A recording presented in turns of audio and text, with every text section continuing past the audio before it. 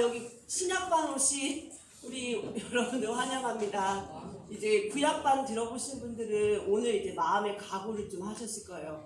이제 12주 동안 또 죽었구나. 근데 이제 처음 오신 분들은 그냥 하면 되지 이렇게 약간 더 가벼운 마음으로 오셨을 텐데, 일단 우리는 이제 한 배에 탔어요. 내리고 싶어도 못 내려요, 이제. 네, 제가 못 내리게 붙잡고 있습니다. 그래서 12주 동안 신약성경 잘 공부했으면 좋겠어요. 성경이 읽어진 애는 기존에 우리 교회에서 있었던 성경 공부와는 달라요. 기존 성경 공부들은 사건 하나하나를 배웠어요. 그러니까 신약이면 가나안 혼인잔치가 뭔지, 여리고성 무너뜨린 게 뭔지, 그런 걸 이렇게 하나하나 사건 위주로 배웠다면 성경이 읽어진 애는 역사로 배웁니다. 역사. 그래서 우리 창세기부터 흘러오는 구약부터 흘러오는 그 하나님의 역사, 그것이 이제 신약으로 이어져 오는 큰 역사의 물줄기를 따라서 우리가 공부를 하는 거예요. 그래서 이 시간에는 세세한 사건 하나하나들은 저희가 다루지 않습니다. 큰 맥락의 역사를 보시면서 우리가 같이 신약을 공부를 하게 될 것이고요. 그리고 이 역사를 공부하다 보면 신약 성경이 이런 흐름이었구나 해서 신약 성경을 혼자서 집에서 읽으실 때 엄청 큰 도움이 되실 거예요. 그래서 오늘 이제 성경 공부 시작하도록 하겠습니다. 자, 먼저 우리 제목부터 다 같이 큰 소리로 읽고 시작할게요. 시작! 네, 우리 다시 한번 크게 한 목소리를 읽어볼게요. 시작! 구약을 단숨에 확 깬 다음 신약에 붙여라. 그랬어요. 그러니까 뭐예요? 구약을 먼저 단숨에 확 깨래요. 구약 총정리를 하라 이거죠. 구약 총정리를 하고 오늘 신약 들어가는 것까지만 공부를 하도록 하겠습니다. 자, 오늘의 포인트 한번 보세요. 오늘의 포인트라는 건 뭐냐면 지금 워크북 9페이지예요. 워크북은 이제 저희가 배울 교과서입니다. 그래서 매주 오실 때는 이 워크북만 들고 오시면 돼요. 워크북 9페이지 오늘의 포인트. 오늘의 포인트는 오늘 우리가 뭘 배울 건지 딱 요약해서 알려준 제목들인 거예요. 첫 번째, 구약을 정리해서 신구약 중간시대에 연결시키기. 두 번째, 신구약 중간시대에 공부하기. 신구약 중간시대라는 거는 성경에 있어요, 없어요? 없어요. 우리 성경은 구약시대, 신약시대. 구약성경, 신약성경이잖아요. 신구약 중간시대는 구약에서 말라기 끝난 이후부터 신약성경 마태복음이 시작되기 전까지 그 성경에 없는 그 400년간의 공백 기간이 있습니다. 그 기간을 신구약 중간시대라고 해요. 그 시대에 대해서 공부를 할 거고요. 세 번째로는 신약 목록 정리하기. 이제 신약 성경이 27권 목록으로 되어 있잖아요. 이런 것들을 딱 서신서인지 역사서인지 예언서인지 분류하는 작업을 할 거예요. 그리고 네 번째, 신약을 이야기로 확 꿰뚫기. 신약 전체의 그 흐름을 딱 압축해서 스토리텔링을 하는 건데, 이 부분은 저희가 지금 첫 시간에 하지 않고 마지막 종강할 때 총 복습하면서 하도록 하겠습니다. 그러니까 오늘은 오늘의 포인트 3번까지만 한다라고 생각을 하시면 돼요. 자, 여기까지 잘 따라오셨죠? 네, 여기까지 어려운 거 없으세요? 자, 그 다음에 이제 스카치 테이프가 나왔어요. 스카치 테이프는 어성경 읽어진에서 말하는 스카치 테이프는 우리 일반 집에서 쓰는 스카치 테이프랑 똑같아요. 집에서 쓰는 것도 뭐랑 뭐를 붙일 때 쓰는 거잖아요. 스카치 테이프를. 여기서도 지난 시간에 배웠던 거랑 오늘 배울 내용을 붙여주는 역할이에요. 그래서 아주 스무스하게 지난 시간을 살짝 복습하면서 오늘의 공부에 들어갈 수 있게끔 도와주는 역할입니다. 자, 그러면 스카치 테이프 제가 한번 읽어볼게요. 우리는 구약 역사를 타고 여기까지 흘러왔습니다. 긴 여행을 한 거예요. 한 과씩 한 과씩 12과를 공부하면서 구약 성경도 다 읽었습니다. 자, 이제는 신약입니다. 그런데 신약 성경 안으로 곧장 들어갈 수 없습니다. 왜냐하면 구약이 끝나는 말라기 BC 430년과 예수님이 오시는 사복음서 BC 4에서 5년, 흔히 AD 1년 사이에 약 400년의 세월이 있기 때문입니다. 이 400년의 세월을 모르면 신약을 이해하는 데 많은 장애가 있습니다.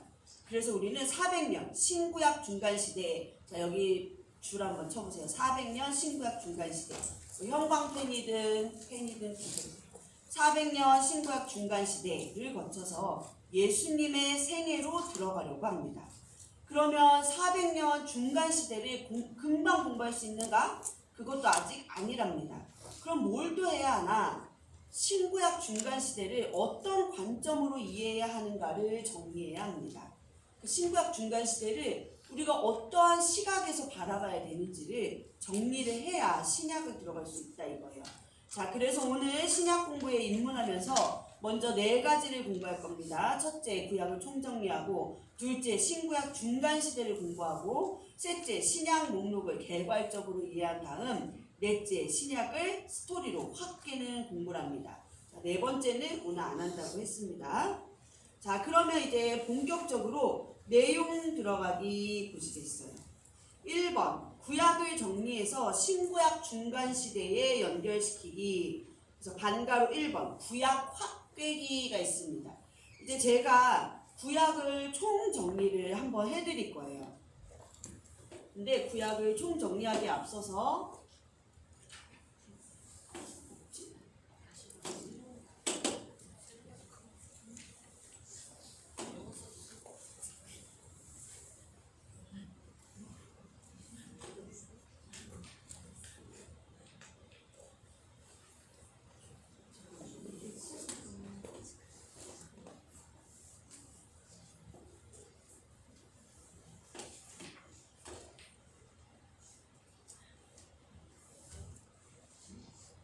이게 커서가 안 보여요. 어찌해서 안 보일까? 보여야 되는데. 목사님 이거 좀 도와주시겠어요? 커서가 안 보여서 찾을 수가 없네. 이거 커서가 저기는 나오는데 왜 내 거 여기는 안 나와? 나와야 되는데.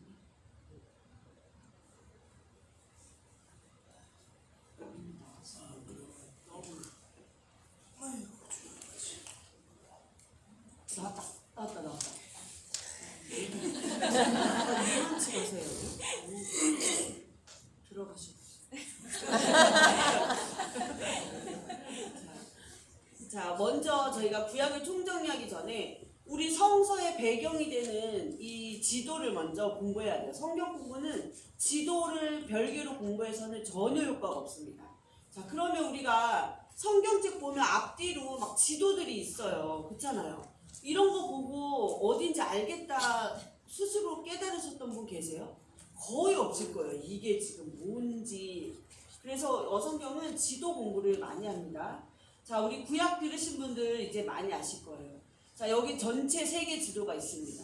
우리나라 아시아가 지금 빨간 동그라미 우리나라예요.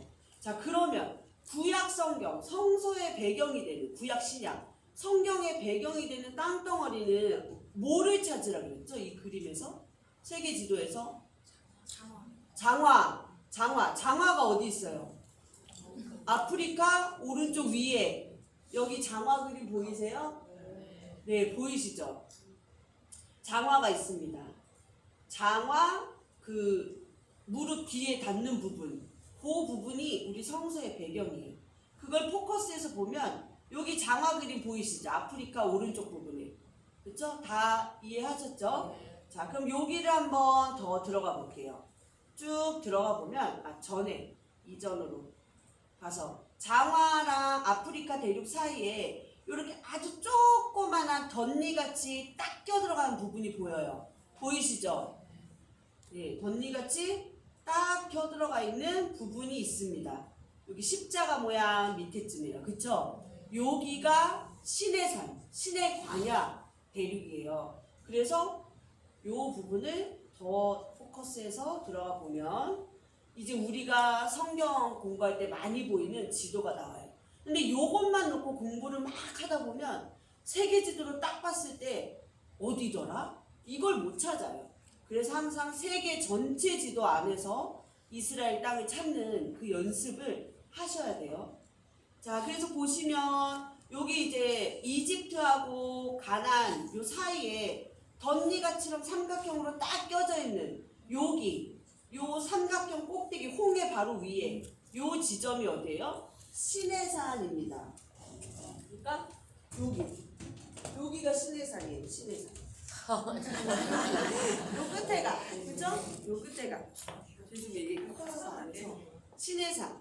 그리고 우리 그 덧니 같은 거 옆에 왼쪽 옆에 서쪽 옆으로 보시면 초록색깔 연 모양이 있어요. 그쵸? 연두색 연. 거기가 이집트, 애굽 땅이 됩니다.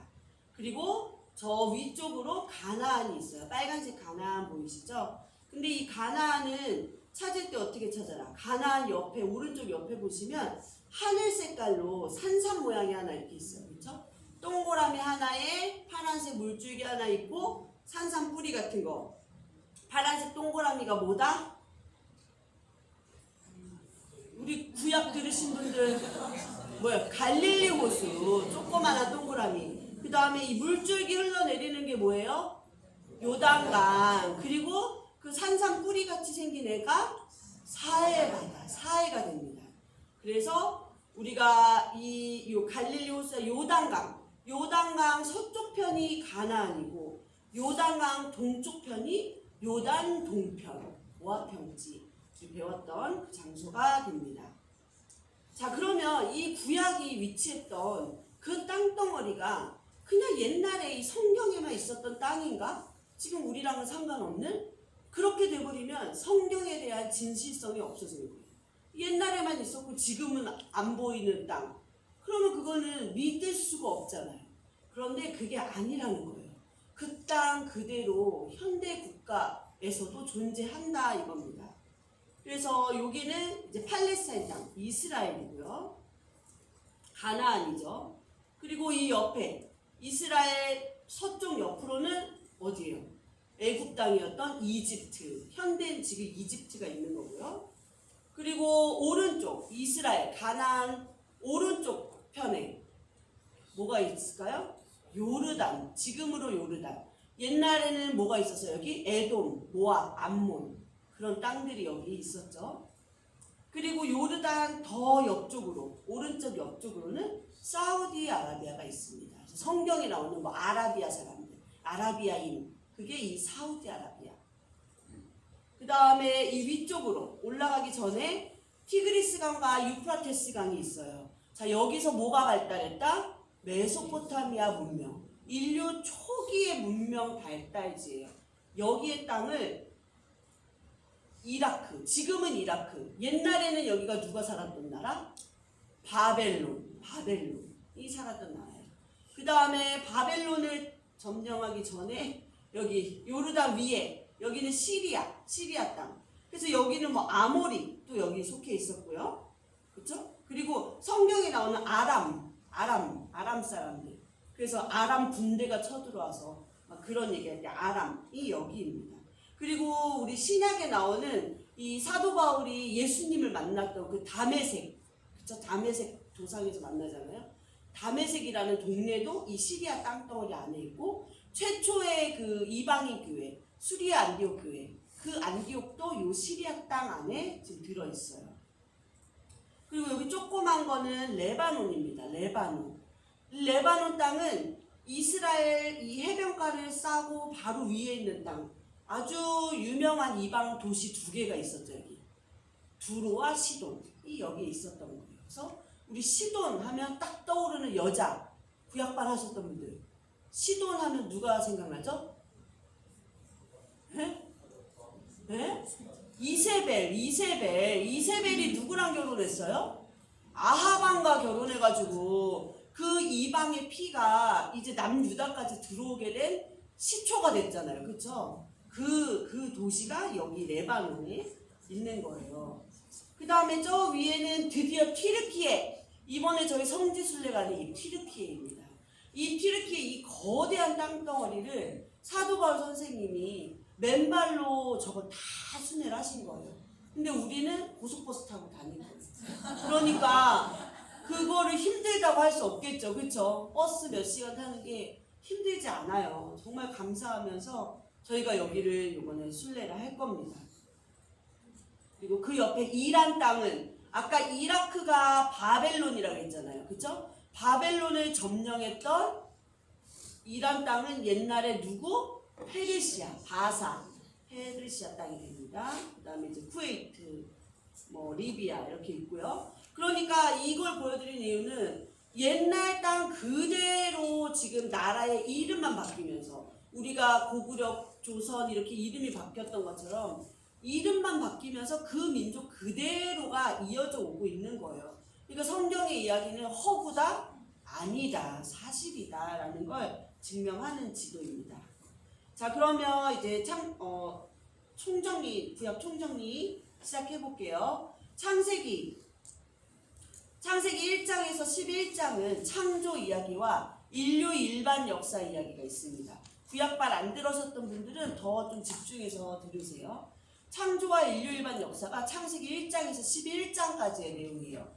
하나님이 창조하시고 나서 이제 아담을 지으시고 그리고 그 자녀 아벨과 가인이 이제 탄생하죠. 근데 둘의 싸움으로 인해서 아벨을 죽였어요. 가인이. 그쵸? 그러면서 이 하나님을 섬기던 아벨, 하나님이 인정했던 하나님의 사람이 죽었어요.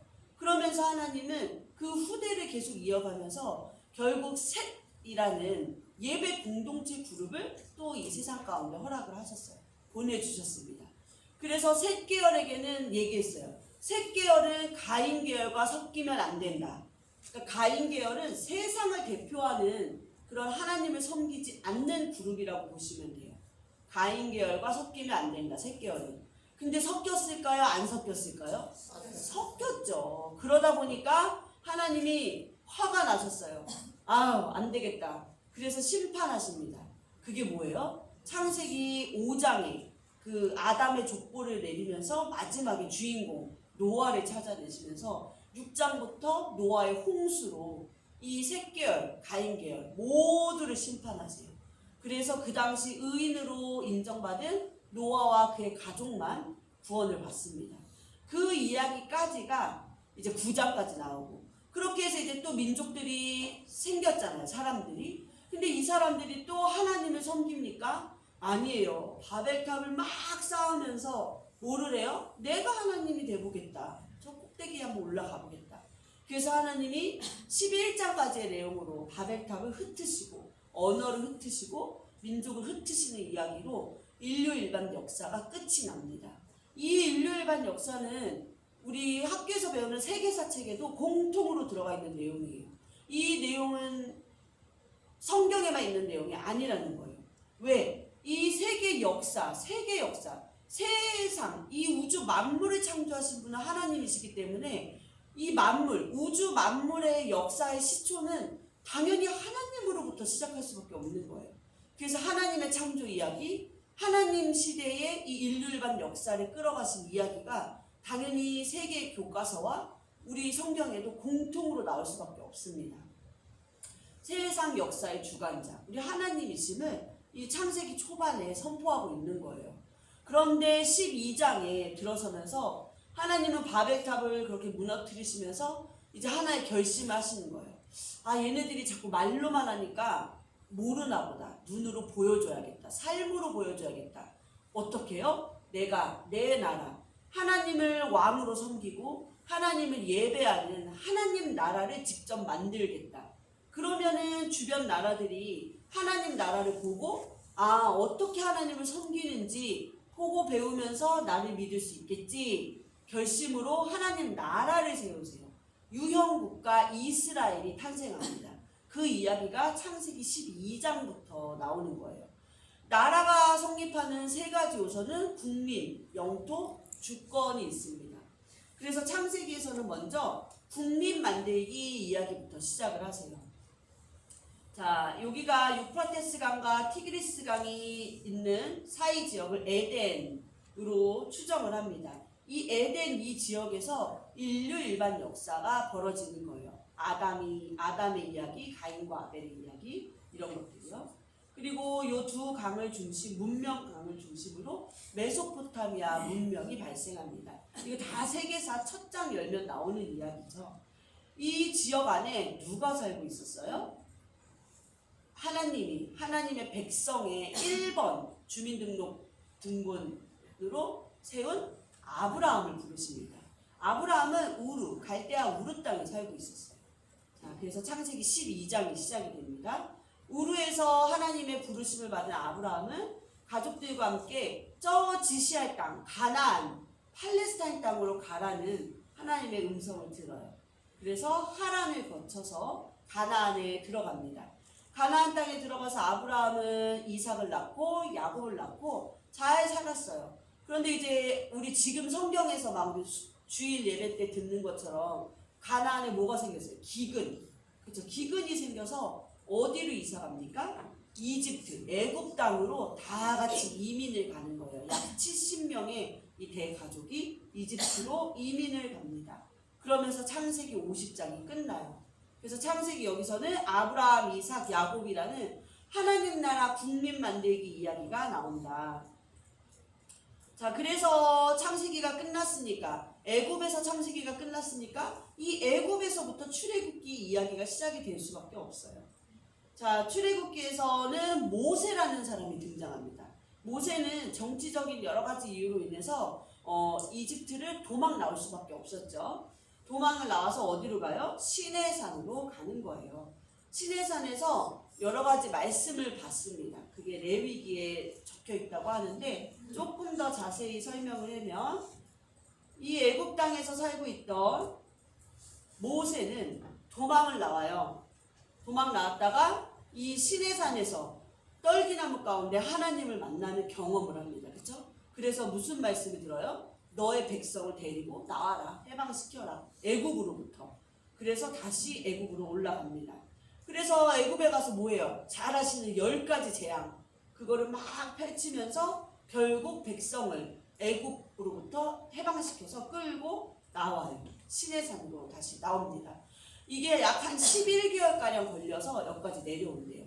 그러니까는 이때 내려올 때 뭐 조직이 있고 시스템이 있겠어요? 그냥 우후죽순으로 그냥 막 다 도망 나오는 거예요. 그래서 시내산에 도착을 해서 이곳에서 하나님께 언약의 말씀을 받습니다. 언약, 나는 너의 하나님이 될 거야. 또 너희는 내 백성이야. 언약을 받고요. 법, 10계명을 비롯한 여러 가지 수많은 법들을 여기서 하나님께 받습니다. 심지어 너네 이렇게 살아라, 저렇게 살아라, 여자가 애를 낳으면 이렇게 해라, 집에 곰팡이가 피면 이렇게 해라, 이건 먹어도 되고 저건 안 되고 아주 세밀한 법을 다 주세요. 그리고 성막을 지어 봉헌하라 라고 말씀하세요. 왜냐하면 이 시내산에서 만난 하나님은 모세에게는 샤케나시는 하나님, 임재하시는 하나님이었어요.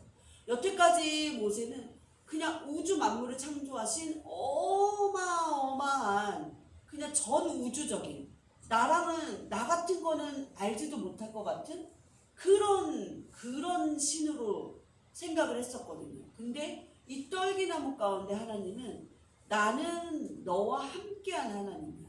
너의 삶 가운데 너 안에 임재하는 하나님이야. 아주 친구같이 와주신 하나님.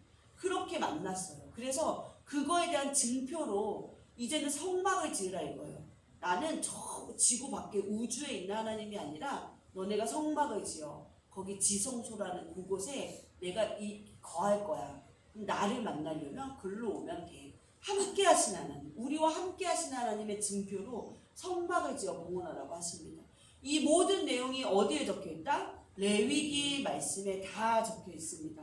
그런데 이 레위기는 우리가 시내산에서 읽지 않는다라고 했어요. 어디서 읽는다고 했죠? 요단 동편 모압 평지에 가서 나중에 그 가나안 땅 정복하기 직전에 이 레위기 말씀을 우리가 공부를 했어요. 왜? 여기서 나오는 법이라는 건 시내산에서 시내 광야에서 살면서 지켜야 될 법들을 알려주신 게 아니라 앞으로 니네가 들어가서 살 영원한 나라, 가나안 땅, 내가 약속한 나라, 그 땅에서 살면서 지켜야 될 법들을 알려주신 거기 때문에 가나안에 들어가기 직전에 우리가 공부를 한다고 했습니다. 자, 그러면 이제 창세기, 출애굽기, 레위기가 끝났으니까 민수기. 그 민수기의 시작은 당연히 어디겠어요? 시내산이겠죠, 그렇죠?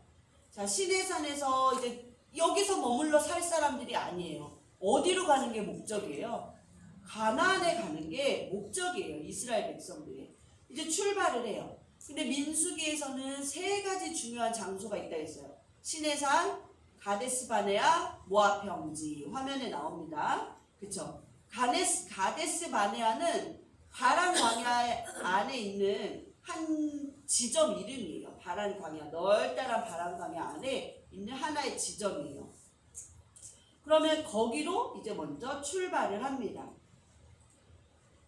이렇게 가자 해서 가데스 바네아에 도착을 했어요.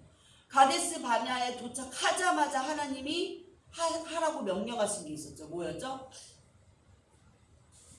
가나안 정탐. 우리의 최종 목적은 가나안을 들어가는 거예요. 그러니까 가나안 땅에 먼저 정탐을 한번 해봐. 그 땅이 어떤지. 그래서 여러분들 다 아시죠? 웬만하면 다 아시는 것처럼 12명의 정탐꾼이 이렇게 브엘세바를 거쳐서 남북을 통과해서 가나안 땅을 정탐해요. 근데 다 아시듯이 10명은 못 가 무서워. 2명, 그쵸? 여호수아와 갈렙만 할 수 있어 했는데 이스라엘 백성들은 다 누구 편을 들어요? 그 10명 편을 들어요. 그래서 결국 가지 말자, 무서워 가지 말자, 여기서 살자. 그래서 하나님이 어떻게 하십니까? 광야 1세대들, 그 이스라엘 백성들을 광야 38년 동안 광야에서 그저 먹다 죽는 인생이 되게 하세요. 이 사람들은 광야에서 아무것도 안 해요. 먹고 살고 그러다 그냥 죽었어요. 그렇게 해서 광야 1세대들이 다 죽는 데까지 38년 걸렸다. 이제 1세대가 다 죽고 이제 2세대들, 광야 1세대들의 자녀들만 남았습니다. 이제 이 사람들이 얼추 30, 40대가 됐겠죠.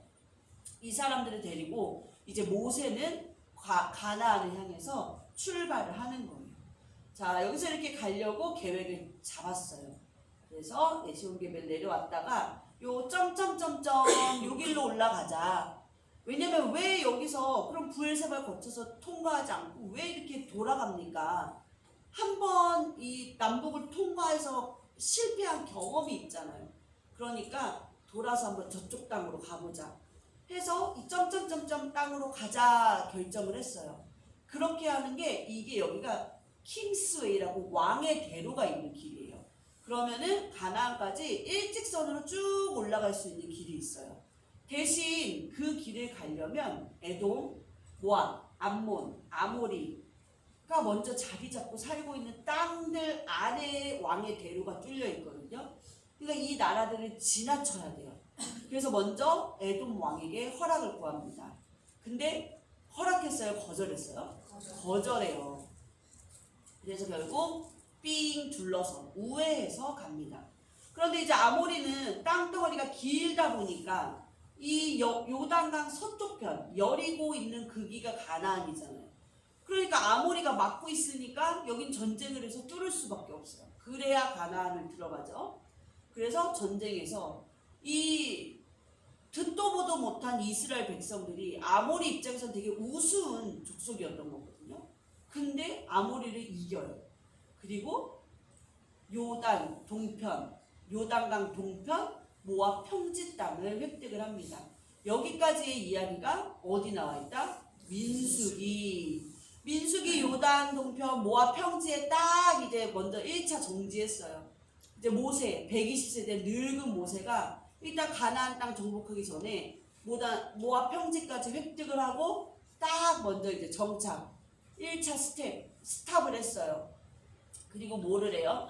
마지막 죽기 전에 고별 설교를 하죠.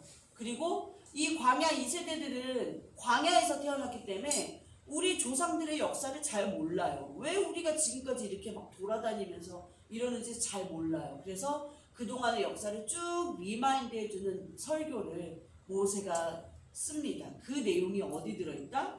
신명기에 들어있다. 이러면서 이제 모세는 역사 속에서 사라져요. 죽은 거죠. 모세 이후에 그 다음 리더 여호수아와 함께 가나안 정복에 나섭니다. 자, 먼저 요단 동편 땅을 획득해서 이 땅을 두 지파 반에게 분배를 해줘요. 르우벤, 갓, 므낫세 반지파. 근데 이제 지파들에게 분배를 하고 나서 가나안 전쟁을 해야 되잖아요. 근데 이 두 지파 반이 전쟁에서 우린 이미 땅 받았으니까 전쟁 안 할 거야 이러면 안 되잖아요. 가뜩이나 이스라엘은 열세인데. 그러니까 너네 땅 분배해주는 대신 가나안 정복 전쟁에 다 참여할 거야? 그랬더니 이 르우벤, 갓, 므낫세 반지파가 오케이 한 거예요. 우리 땅 줘도 가나안 정복 전쟁 참여할 거야. 같이 싸울게. 그래서 땅을 분배합니다. 그리고 이제 리더, 새로운 리더 여호수아와 함께 요단 서편 땅, 가나안 땅 정복에 들어갑니다. 그래서 다 차지했어요. 이 가나안 땅을, 이 팔레스타인 땅 전체를 다 정복했어요. 근데 정복을 했다고 해서 여기에 이미 살고 있었던 그런 소수 족속들이 100%다 전멸이 됐냐? 그건 아니에요. 여전히 소수는 잔존하면서 그렇지만 대부분을 이 여호수아 이스라엘이 점령했다 이겁니다.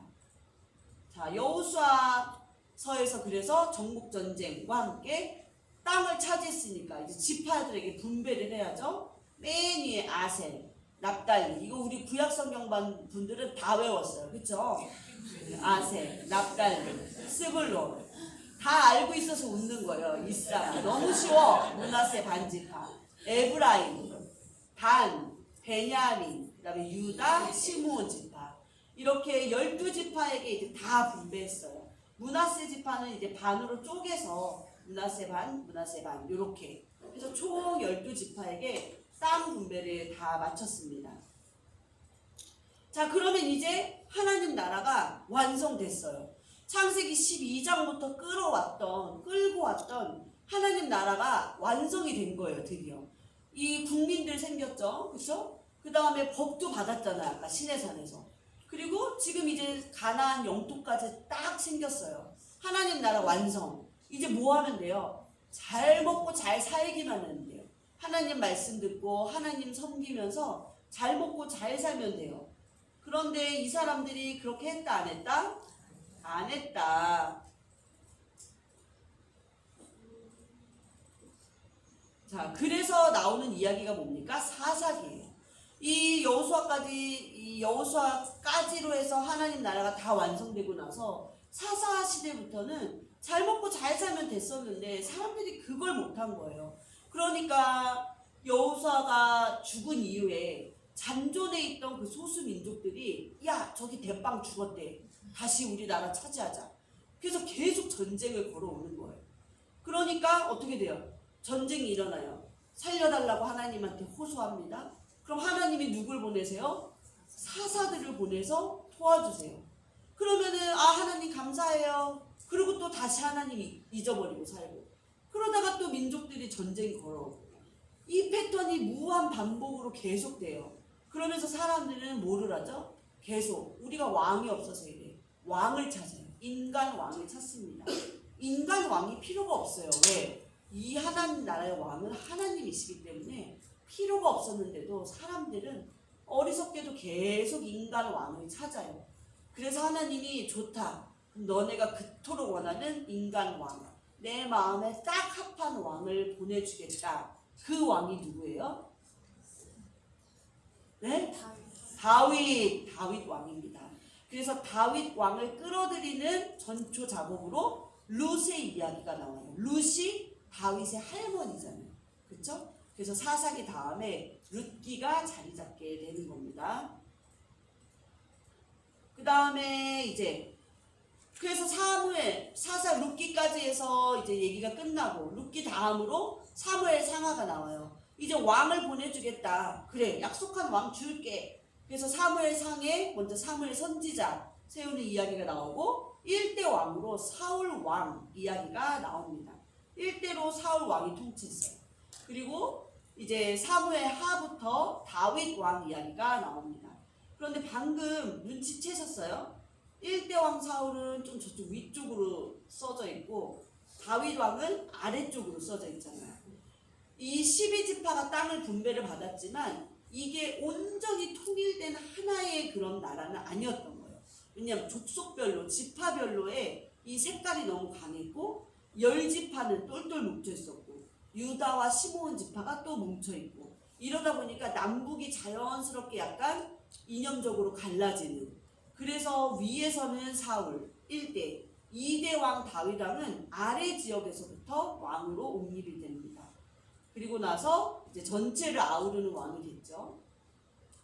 그리고 3대 왕 때 이제 사무엘 이야기가 여기까지 사무엘 상하 이야기가 여기까지 끝이 나고, 그 다음에 이제 열왕기 상하가 시작이 돼요. 열왕기 상에서는 다윗의 아들 솔로몬 왕의 이야기부터 시작이 됩니다.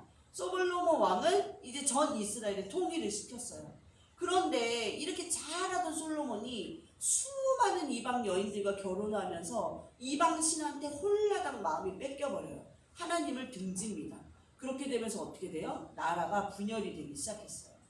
그래서 북이스라엘은 이 솔로몬의 신하였던 여로보암이 왕이 돼서 북이스라엘이라는 나라가 시작이 되고요. 남유다는 솔로몬의 아들 르호보암을 왕으로 해서 각자의 길을 이제 가게 됩니다.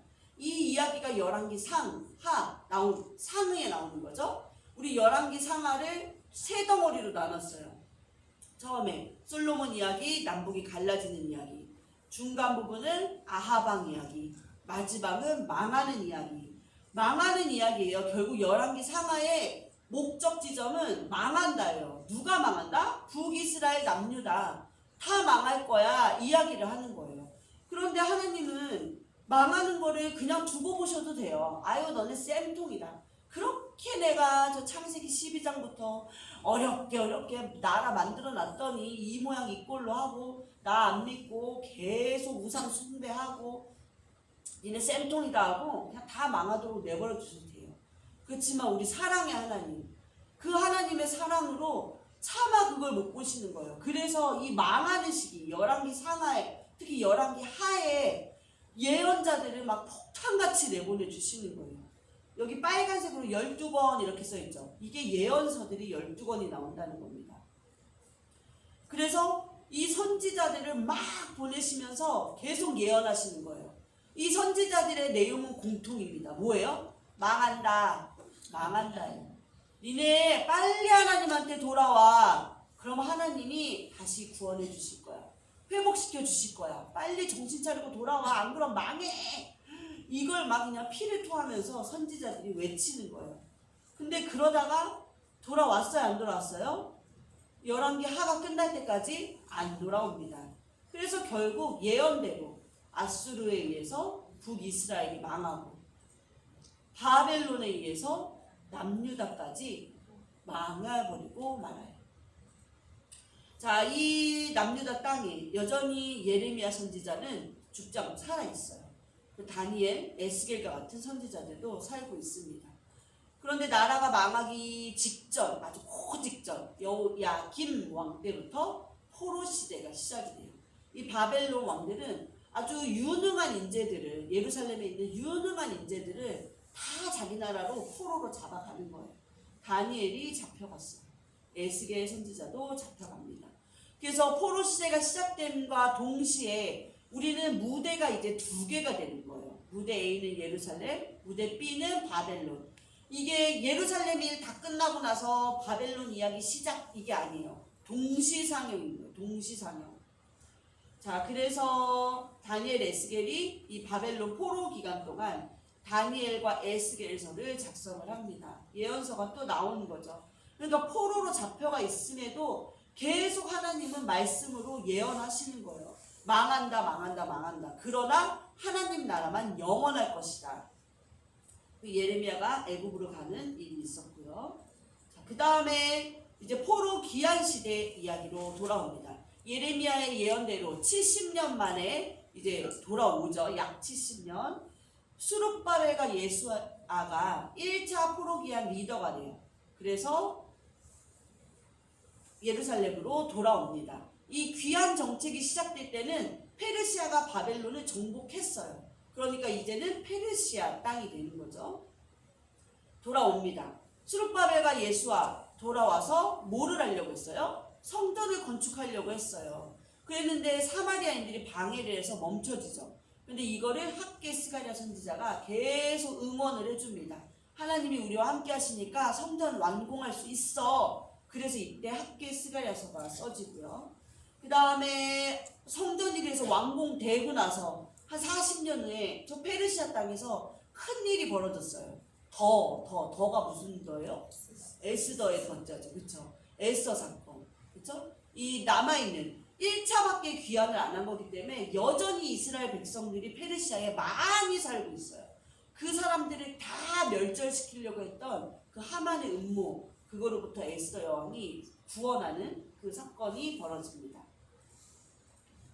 자, 그리고 에스라가 이제 2차 포로기한 리더로 귀환을 했어요. 에스라는 페르시아 땅에서 나고 자란 사람이에요.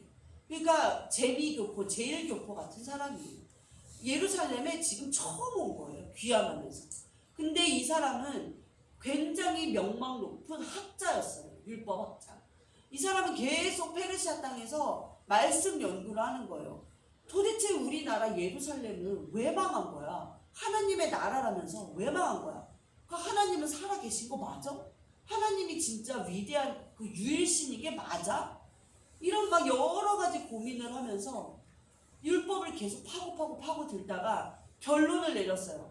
아, 이렇게 이스라엘이 망할 수밖에 없었던 건 이스라엘 백성들이 하나님을 섬기지 않았기 때문이구나.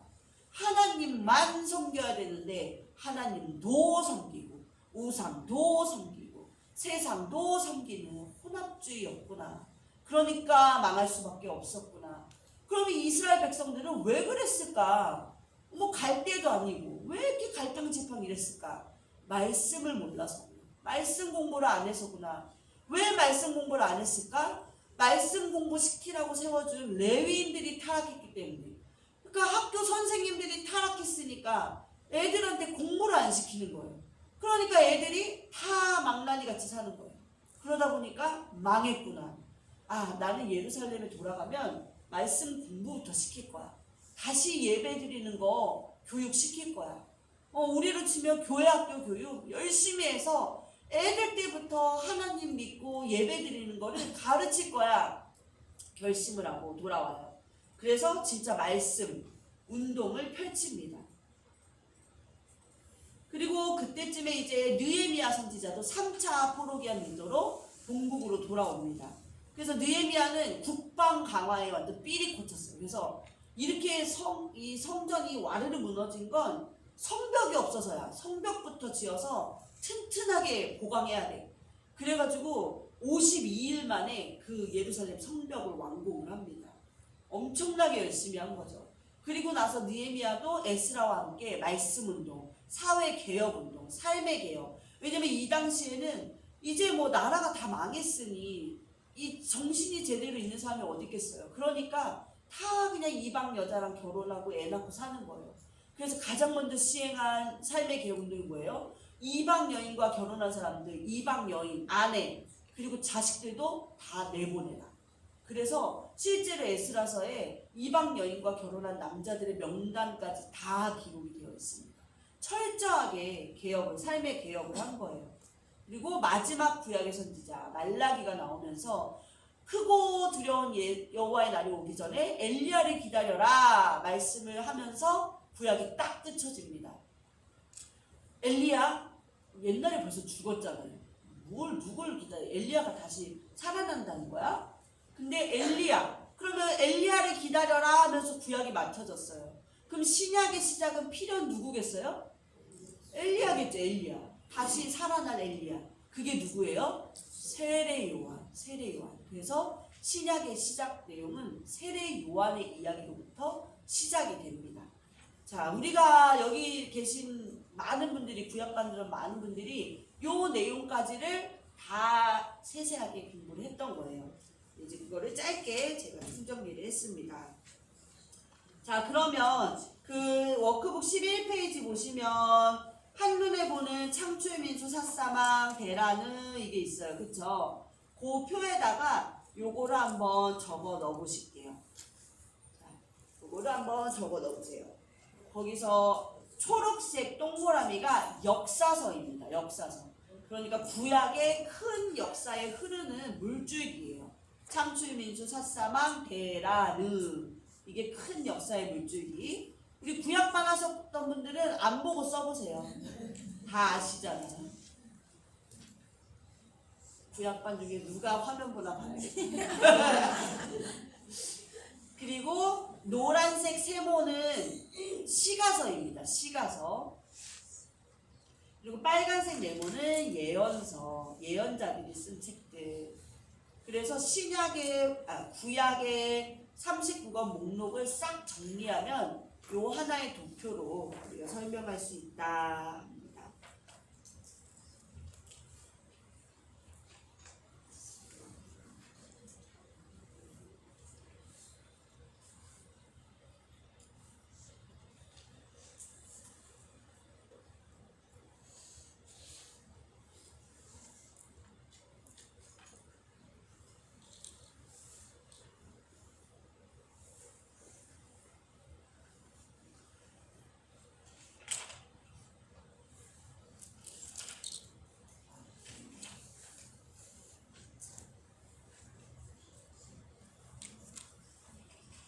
다 적으셨을까요?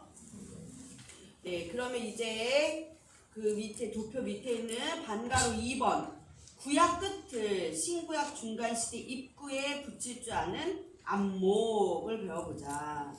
이거입니다. 예언자들의 예언이 신구약 중간시대에 성취가 돼요. 그렇기 때문에 이 신구약 중간시대를 굉장히 중요하게 우리는 배워야 돼요. 성경책에는 없지만 우리 중요하게 배워야 됩니다. 그러면 양가로 1번 신구약 중간시대 400년 역사를 보기 전에 안경부터 써라 라고 되어 있어요. 안경이라는 건 관점을 말해요. 관점. 우리가 빨간색 안경 끼면 온 세상이 빨개 보이는 것처럼 이 안경을 딱 쓰고 신구약 중간시대를 바라봐야 된다 이겁니다. 자, 그 안경이 뭐냐? 안경 1 옆에 빈 공간이 있죠.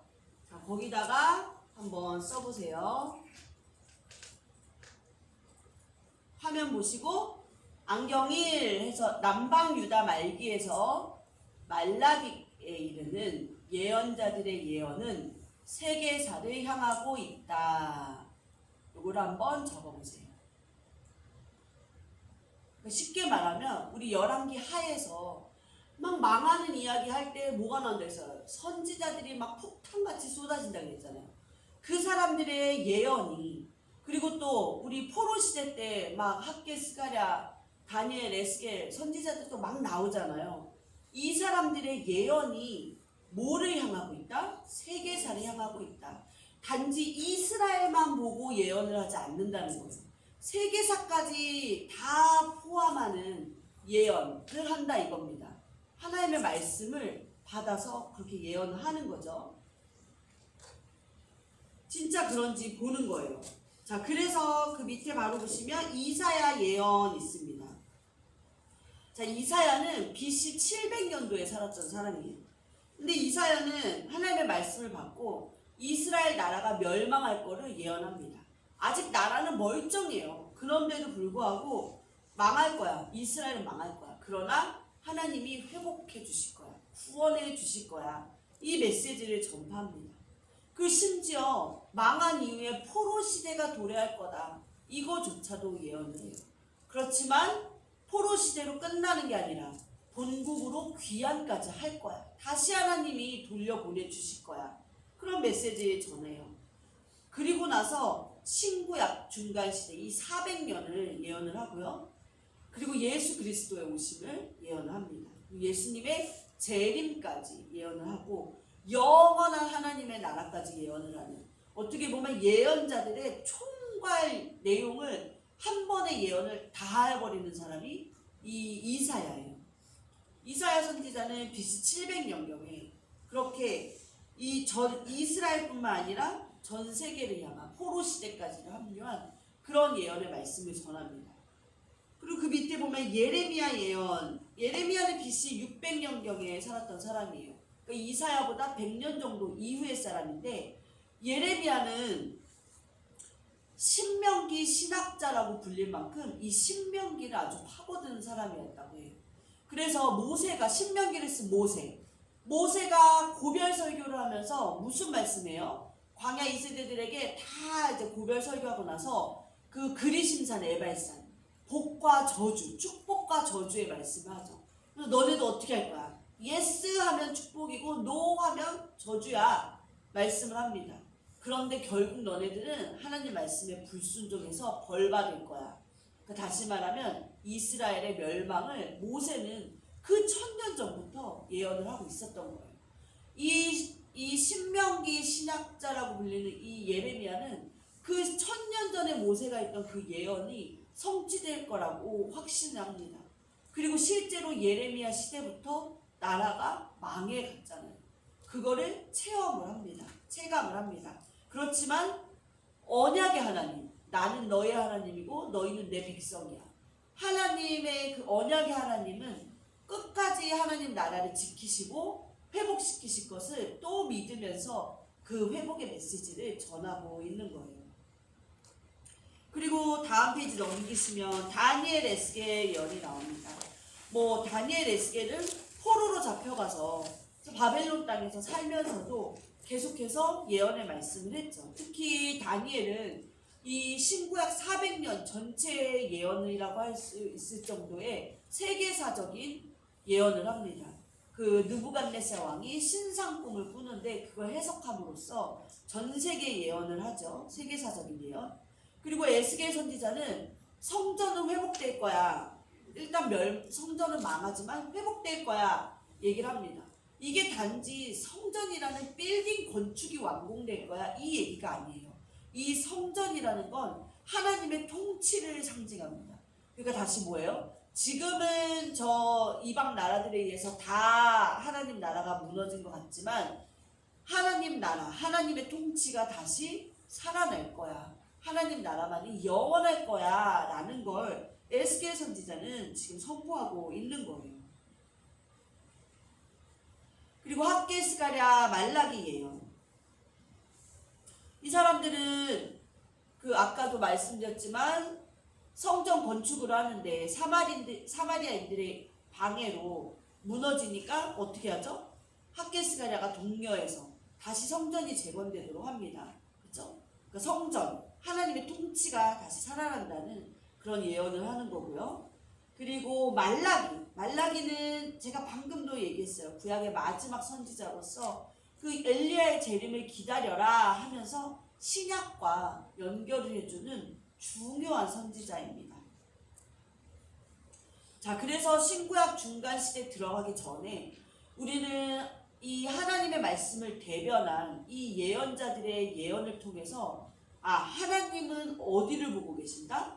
단지 이스라엘 요 땅이 아닌 세계 전체를 보고 계신 하나님. 그 하나님을 우리가 볼 수 있어야 돼요. 그러니까 하나님의 나라 이스라엘의 역사는 이스라엘만의 역사가 아니라 세계 전체의 역사와 같이 맞물려 간다라는 걸 우리는 봐야 합니다. 그걸 봐야 신구약 중간 시대를 볼 수 있어요. 그래서 그 밑에 양가로 2번 신구약 중간 시대의 400년 역사 속에 들어가면서도 안경을 껴라. 어떤 안경을 끼냐? 자, 노트북에 적어보세요. 워크북에. 에스라 공동체 그 이후 예언대로 세계사는 정말 그렇게 되는가? 에스라 공동체의 그 이후 예언대로 세계사는 정말 그렇게 되는가? 에스라 공동체는 에스라가 포로 귀환에서 돌아와서 예루살렘에서 삶의 개혁을 이루었다 그랬잖아요. 그렇죠? 다시 우리 말씀 부흥 운동하자. 예배 잘 드리자. 하나님 잘 섬기자. 그런 거를 단행했던 그 공동체가 에스라 공동체예요. 그러니까 구약의 마지막을 살아간 공동체가 에스라 공동체입니다. 그럼 에스라 공동체 이후의 후손들이 어디를 살아갔겠어요? 신구약 중간 시대를 계속 살아갔을 거 아니에요. 그런데 우리 아까 다니엘이 신구약 중간 시대에 대한 가장 정확한 예언을 했다고 했잖아요. 진짜 이 에스라 공동체 이후에 신구약 중간 시대 때 다니엘의 예언처럼 세계사가 그렇게 흘러갔는지 한번 우리가 체크해보자 이겁니다. 그래서 큰 2번 중간쯤에 나오죠. 그부 신구약 중간시대 공부하기가 나와요. 근데 그 제목 옆에 유대교 발생이라고 써보세요.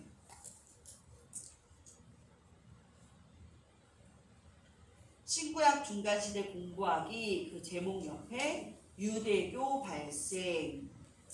이게 되게 중요해요. 성경에는 없는 이 신구약 중간시대에 유대교라는 게 발생했대요. 자, 이게 뭔지 우리 다 같이 함께 읽어봅시다. 이거 한번 누가 읽어주실 수 있으실까요?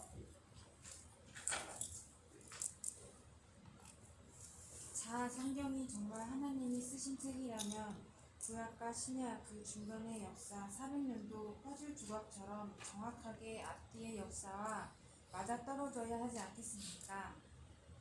성경에는 없는 400년의 역사, 그렇지만 이 400년이야말로 정말 이음새 흔적 없이 구약과 신약을 척 붙여놓는 역사여야만 합니다. 흘러가는 실제 역사 그 자체로서 성경 역사 사이에 꼭 맞는 조각이어야 한다 이 말입니다. 무엇보다 이 중간기 역사 끝에 예수께서 등장하십니다. 세계사 속의 진정한 왕이 이스라엘을 통해 나타나신 하나님이라면 구약 성경에만 등장하면 안 되죠. 성경이 다루지 않는 400년의 실제 역사 자체도 그의 왕 되심을 증명해야만 할 것입니다. 느부갓네살에게 외치셨던 하나님의 왕권이 정말 세계사 속의 사실로 나타나야 한다는 말이죠. 남방 유다를 정복한 바벨론, 바벨론을 정복한 바사, 바사를 정복한 헬라, 또 헬라를 정복한 로마 시대까지의 제국 역사가 무엇입니까? 바로 느부갓네살이 보았던 신상 아닙니까? 성경은 이스라엘 나라가 없어지지 않고 어떻게 계속 세계사 속에 남을 것인지 다니엘을 통해 예견했습니다. 그런데 정말 400년 동안 정확하게 4개의 제국이 나타나는 거예요. 이것을 염두에 두고 네 제국을 정리해 봅시다. 또한 사람의 손에 의하지 않는 뜨인 돌이 나타나 신상에 발을 쳤다니 신상이 우르르 무너진 것을 기억하십시오. 세계 제국사를 무너뜨릴 영원한 하나님의 나라가 도래하는 때가 어느 때입니까? 세계사 속에서 로마 제국 때를 말합니다. 예수님이 출현하시는 때입니다. 자, 이제 신약시대로 이어지는 제국주의 세계사 정치, 그 틈새에 나타나는 유대 공동체의 신학사조, 그러면서 조성되는 새로운 문화 발생, 이런 내용들을 정리하고 신약으로 넘어갑시다. 네. 다 함께 읽어봅시다. 보라색 박스는 무엇을 얘기하고 있어요? 신구약 중간시대 가장 정확하게 예언한 다니엘의 예언을 살펴보자 이거예요. 그 예언대로 세계사가 흘러갔는가? 느부갓네살 왕이 신상을 하나 꿈을 꿔요. 이거를 도무지 해석이 안 되는 거예요. 그래서 해석할 사람을 막 찾습니다. 근데 다니엘이 내가 해보겠습니다 큰 소리치고 돌아와서 자신 있어 했어요? 아닙니다. 다니엘서 보시면 걱정했어요. 하나님께 기도했어요. 그리고 뭐 했죠? 다니엘의 친구들에게 중보 기도를 요청했습니다. 그럴 때 하나님께서 지혜를 주셔서 이 꿈을 해석을 한 거예요. 자, 어떻게 됐어요? 느부갓네살 왕이 꿈에서 본 신상이 뭐예요? 머리는 금으로 되어 있고 가슴은 은으로 되어 있고 허리는 놋, 다리는 철, 발은 철과 진흙이 섞여 있는 이 신상을 보는 거예요. 그런데 사람 손에 의하지 않은 어떤 돌이 이 발을 탁 쳤더니 이 신상이 와르르 무너져 내렸대요. 그리고 그 돌이 가득 찼다. 이런 꿈을 해석을 해달라. 이 느부갓네살 왕이 했습니다. 다니엘이 해석을 하죠. 하나님의 지혜로 머리, 금은 바벨론을 말합니다. 은은 바사, 페르시아, 놋은 헬라, 철은 로마, 철과 진흙은 로마 제국 이후에 나타나는 열강들. 로마 제국 이후니까 언제까지 시기예요? 지금까지도 나타나는 열강들을 다 말하는 거예요. 그러니까 지금 나타나는 열강 뭐 미국, 중국 뭐 그렇게 되겠죠? 옛날에는 뭐 러시아 뭐 그런 로마 제국 이후에 나타나는 모든 열강들. 그렇지만 사람 손에 의하지 않은 뜨인 돌 하나가 이 발에 탁 치니까 이 모든 게 와르르 무너진다. 그러면 그 뜨인 돌은 뭘 말하는 걸까요? 영원한 나라, 하나님 나라를 말합니다. 하나님 나라가 이 모든 나라는 다 사라지고 없어도 하나님 나라만은 영원할 것이다라는 그런 예언의 말씀을 다니엘이 하는 거예요. 그래서 바벨론 제국은 이 지역에 이렇게 있었고, 요거는 그냥 넘어가도록 할게요. 그냥 땅덩어리만 보는 건데 잠깐 보실까요? 바벨론을 점령한 페르시아는 훨씬 영역이 넓습니다. 그리고 페르시아가 누구에게 정복당해요? 헬라, 알렉산더 대왕에 의해서 정복이 돼요. 그리고 헬라 이제 알렉산더 대왕이 빨리 죽어요. 빨리 죽는 바람에 그의 신하 프톨레마이오스랑 셀레우쿠스 둘이서 나눠서 이 헬라를 통치를 합니다. 그러다가 로마가 점령을 하죠. 엄청난 대륙을 다 흡수를 했습니다.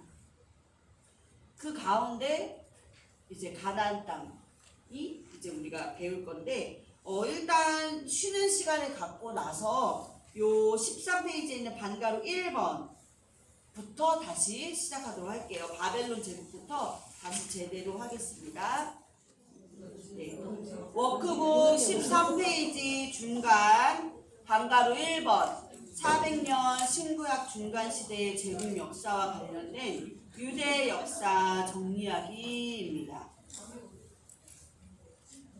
네. 그래서 양가로 1번 먼저 바벨론 제국. 이제 이 바벨론 제국은 그 PPT 화면 보시면 저렇게 핑크색 부분이에요. 그래서 한 70년간을 이 유다를 지배합니다. 이스라엘 땅을 지배를 합니다. 그런데 이 바벨론의 지배를 받을 때는 이미 나라가 다 망하는 시기였어요. 그렇잖아요. 그렇죠? 멸망하는 시기. 그래서 이때는 그냥 유대인들은 그저 그냥 근근히 먹고 살기만 할 뿐이지 무슨 어떠한 운동, 사회 운동을 하거나 무슨 특별한 집단이나 공동체를 형성하거나 이런 게 전혀 없었어요. 그래서 그냥 살기만 하는 그런 시기였어요.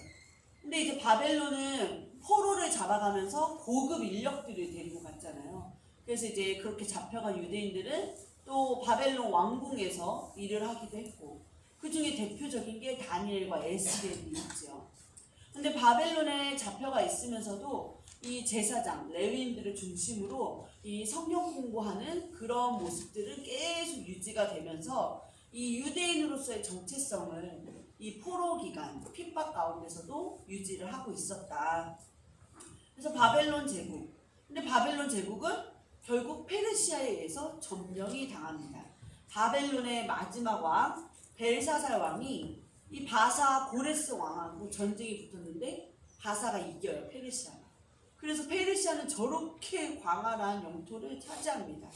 그런데 이 포로 시대가 그러니까 바벨론과 페르시아에 연결되어 있는 거예요.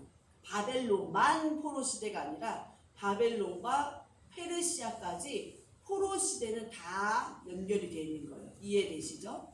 근데 이 페르시아는 어떠한 정책을 썼냐면 포로 귀환 정책을 썼어요. 너네들 니네 땅으로 돌아가. 그러면서 막 이제 호의적으로 재정도 주고요. 물질도, 그다음 뭐 정치적 뭐 지원도 해주고 여러 가지 많은 도움을 줬습니다. 그래서 이제 우리가 알고 있는 그 유대 지도자들, 뭐 다니엘, 스룹바벨, 예수야, 에스라, 에스더, 뭐 느헤미야 이런 선지자들은 주로 다 페르시아 왕들과 연관이 되어 있다. 그래서 그 페르시아의 그런 귀한 정책으로 인해서 본국의 예루살렘으로 돌아오고 나서 이 돌아온 포로기한 공동체들은 뭐를 했다 그랬어요 아까? 다시 말씀 공부 열심히 하자. 에스라에 의해서 에스라를 선생님으로 해서 열심히 말씀 공부하고 예배 잘 드리고 이 삶의 개혁을 이루었어요. 그러면서 포로기한 공동체가 이렇게 은근히 형성이 된 거예요. 그러면서 이 사람들이 세워진 게 뭐냐? 그러면서 발생한 게 뭐냐? 유대교가 발생한 겁니다. 율법, 예배 중심으로 제사 중심으로 막 공부를 하다가 그게 유대교라는 명명하에 하나의 그룹이 이렇게 생기게 된 거예요. 이 시기가 신구약 중간 시대로 자연적으로 넘어오는 거죠, 이제. 그래서 아까 신구약 중간 시대에 가장 중요한 신구약 중간 시대를 한마디로 딱 꼬집으라면 유대교 발생인 거예요. 유대교라는 건 구약 시대에 있었어요, 없었어요? 없었어요. 이때는 그냥 이스라엘 백성, 하나님을 믿는다 이랬지 딱히 뭔가 이름이 지어진 그게 없었잖아요. 근데 이 신구약 중간 시대에 들어와서 에스라 공동체들이 유대교라는 거를 만들게 됩니다. 율법 중심, 하나님 중심, 똘똘 뭉치는 거예요. 그리고 그 유대교를 믿는 사람들을 뭐라 그래요? 유대인이라고 해요. 그래서 유대인이라는 개념이 구약에는 있어요, 없어요? 없어요. 어디서부터 생겨요? 신약에서부터 나오잖아요. 근데 이게 신약에서 만들어진 게 아니라 신약에 들어가기 직전에 신구약 중간 시대부터 이 400년 동안 만들어서 유지돼 온 거예요. 그러니 생각해 보세요. 예수님이 공생의 사역을 시작하시고 가장 많은 회방을 놓은 게 이 유대인들이거든요. 유대인들이 신약부터 뿅 하고 생겼다면 뿌리가 약하잖아요. 공생애가 30년에 시작했으니까 해봤자 뭐 50년도 안 된 역사인데 이들이 이렇게 강력하게 활동할 수 없거든요. 그 뿌리가 어디부터 있었다? 신구약 중간 시대. 요 400년부터 쌓여온 것들이다라는 거예요. 자, 그 다음에 이 페르시아 이렇게 막강한 페르시아를 누가 점령합니까? 그리스의 그 알렉산더 대왕이 그냥 세계를 제패하는 거예요. 어마어마하죠. 근데 이 알렉산더 대왕의 스승이 누구였냐면 그 유명한 아리스토텔레스예요. 그러니까 알렉산더 대왕은 전쟁만 잘한 게 아니라 이 학문과 문화, 이 철학적인 면에서도 굉장히 아리스토텔레스 스승의 영향을 많이 받았어요. 그래서 땅을 정복하면서 땅만 정복하는 게 아니라 그 땅의 그 개념, 이념, 사상마저도 헬라화 시켜야 한다는 이 사고방식이 딱 있었습니다. 그래서 온 세상을 헬라화하자. 이 땅만 흡수해서는 언제 다시 나갈지 몰라. 그러니까 정신까지 우리가 다 흡수해야 돼. 이런 생각을 갖고 있었어요. 그런데 뜻하지 않은 질병으로 그 33살도 되기 전에 갑자기 요절을 한 거예요. 그러니까 이 큰 땅덩어리를 갑자기 누가 후계자도 없었거든요. 누가 다스리겠어요? 이 알렉산더 대왕의 부하였던 프톨레마이오스랑 셀레우코스. 이 프톨레마이오스는 그리스식의 발음이라고 해요. 프톨레미는 이제 미국식 발음이래요. 똑같은 거예요. 프톨레마이오스랑 셀레우코스. 이 부하 두 명이서 땅을 이렇게 나눠서 다스리게 됩니다. 그러니까 여전히 헬라의 연장선인 거예요. 그렇죠? 이 프톨레마이오스가 이집트를 차지하게 돼요. 이집트 땅. 여기 보이시면 그 아까 이집트 애국 연 모양 보이세요? 지중해 밑에 연 모양 그림 보이시죠? 자, 여기를 차지를 해요. 그리고 셀레우코스는 저쪽 더 옆에 큰 땅, 바벨론 지역, 그리고 페르시아 지역을 셀레우코스가 차지하게 됩니다. 그러다 보니까 이집트를 프톨레마이오스가 차지하니까 이집트 바로 오른쪽에 붙어있는 이스라엘 땅은 당연히 누가 차지한 거예요? 프톨레마이오스가 차지를 한 거죠. 그래서 이 팔레스타인 땅, 이스라엘은 프톨레마이오스의 지배하에 들어갑니다. 거의 한 100년 가까이를 다스렸다고 해요. 근데 가장 이 프톨레마이오스 왕조에서 중요한 내용은 여태까지 성경책은 히브리어로만 되어 있었어요. 그렇죠? 히브리어. 그런데 이거를 헬라어로 번역을 해요. 그러니까 성경이라는 건 당연히 구약 성경이죠. 구약 히브리어로만 되어 있던 구약 성경을 헬라어로 번역을 합니다. 그 번역한 책이 뭐냐? 70인경이라고 불러요. 70인역이라고 부르는데 최초의 구약 번역본이 이 프톨레마이오스 왕조 때 생기는 거예요. 그러니까 히브리어로 되어 있던 이 구약 성경은 유대인들만의 고유 점유물이었어요. 그런데 이거를 헬라어, 이 당시 헬라 땅이 이렇게 넓었으니 지금으로 영어가 전 세계 공용어가 된 것처럼 헬라어로 번역이 됐다? 거의 전 세계 사람들이 다 볼 수 있게 됐다라는 말과 일맥상통이에요. 그래서 이게 다가올 신약시대, 열방의 복음이 전파되는데 아주 중요한 전초 작업이 되었다라고 해서 중요하게 우리가 기억을 해야 됩니다. 그 다음에 이제 이 프톨레마이오스가 100년 정도 유다를 다스리고 나서 셀레우코스가 이집트를 쳐요. 공격을 해요. 그래서 이집트를 이깁니다. 이집트를 이겼다는 건 뭘 이겼다는 거예요? 프톨레마이오스 왕조를 이겼다는 거예요. 그래서 이 이스라엘 땅이 누가 이제 다스리게 돼요? 셀레우코스 왕조가 다스리게 됩니다. 그런데 이때 이 전쟁이 있을 때 이 이스라엘 땅에 있던 유대인들이 누굴 도와주냐면 셀레우코스를 도와주는 거예요. 그러니까 지금 자기네들이 100여 년간 프톨레마이스의 지배하에 있었잖아요. 그러니까 새로운 세력을 도와줘요. 근데 이 새로운 세력이 이겨버렸잖아요.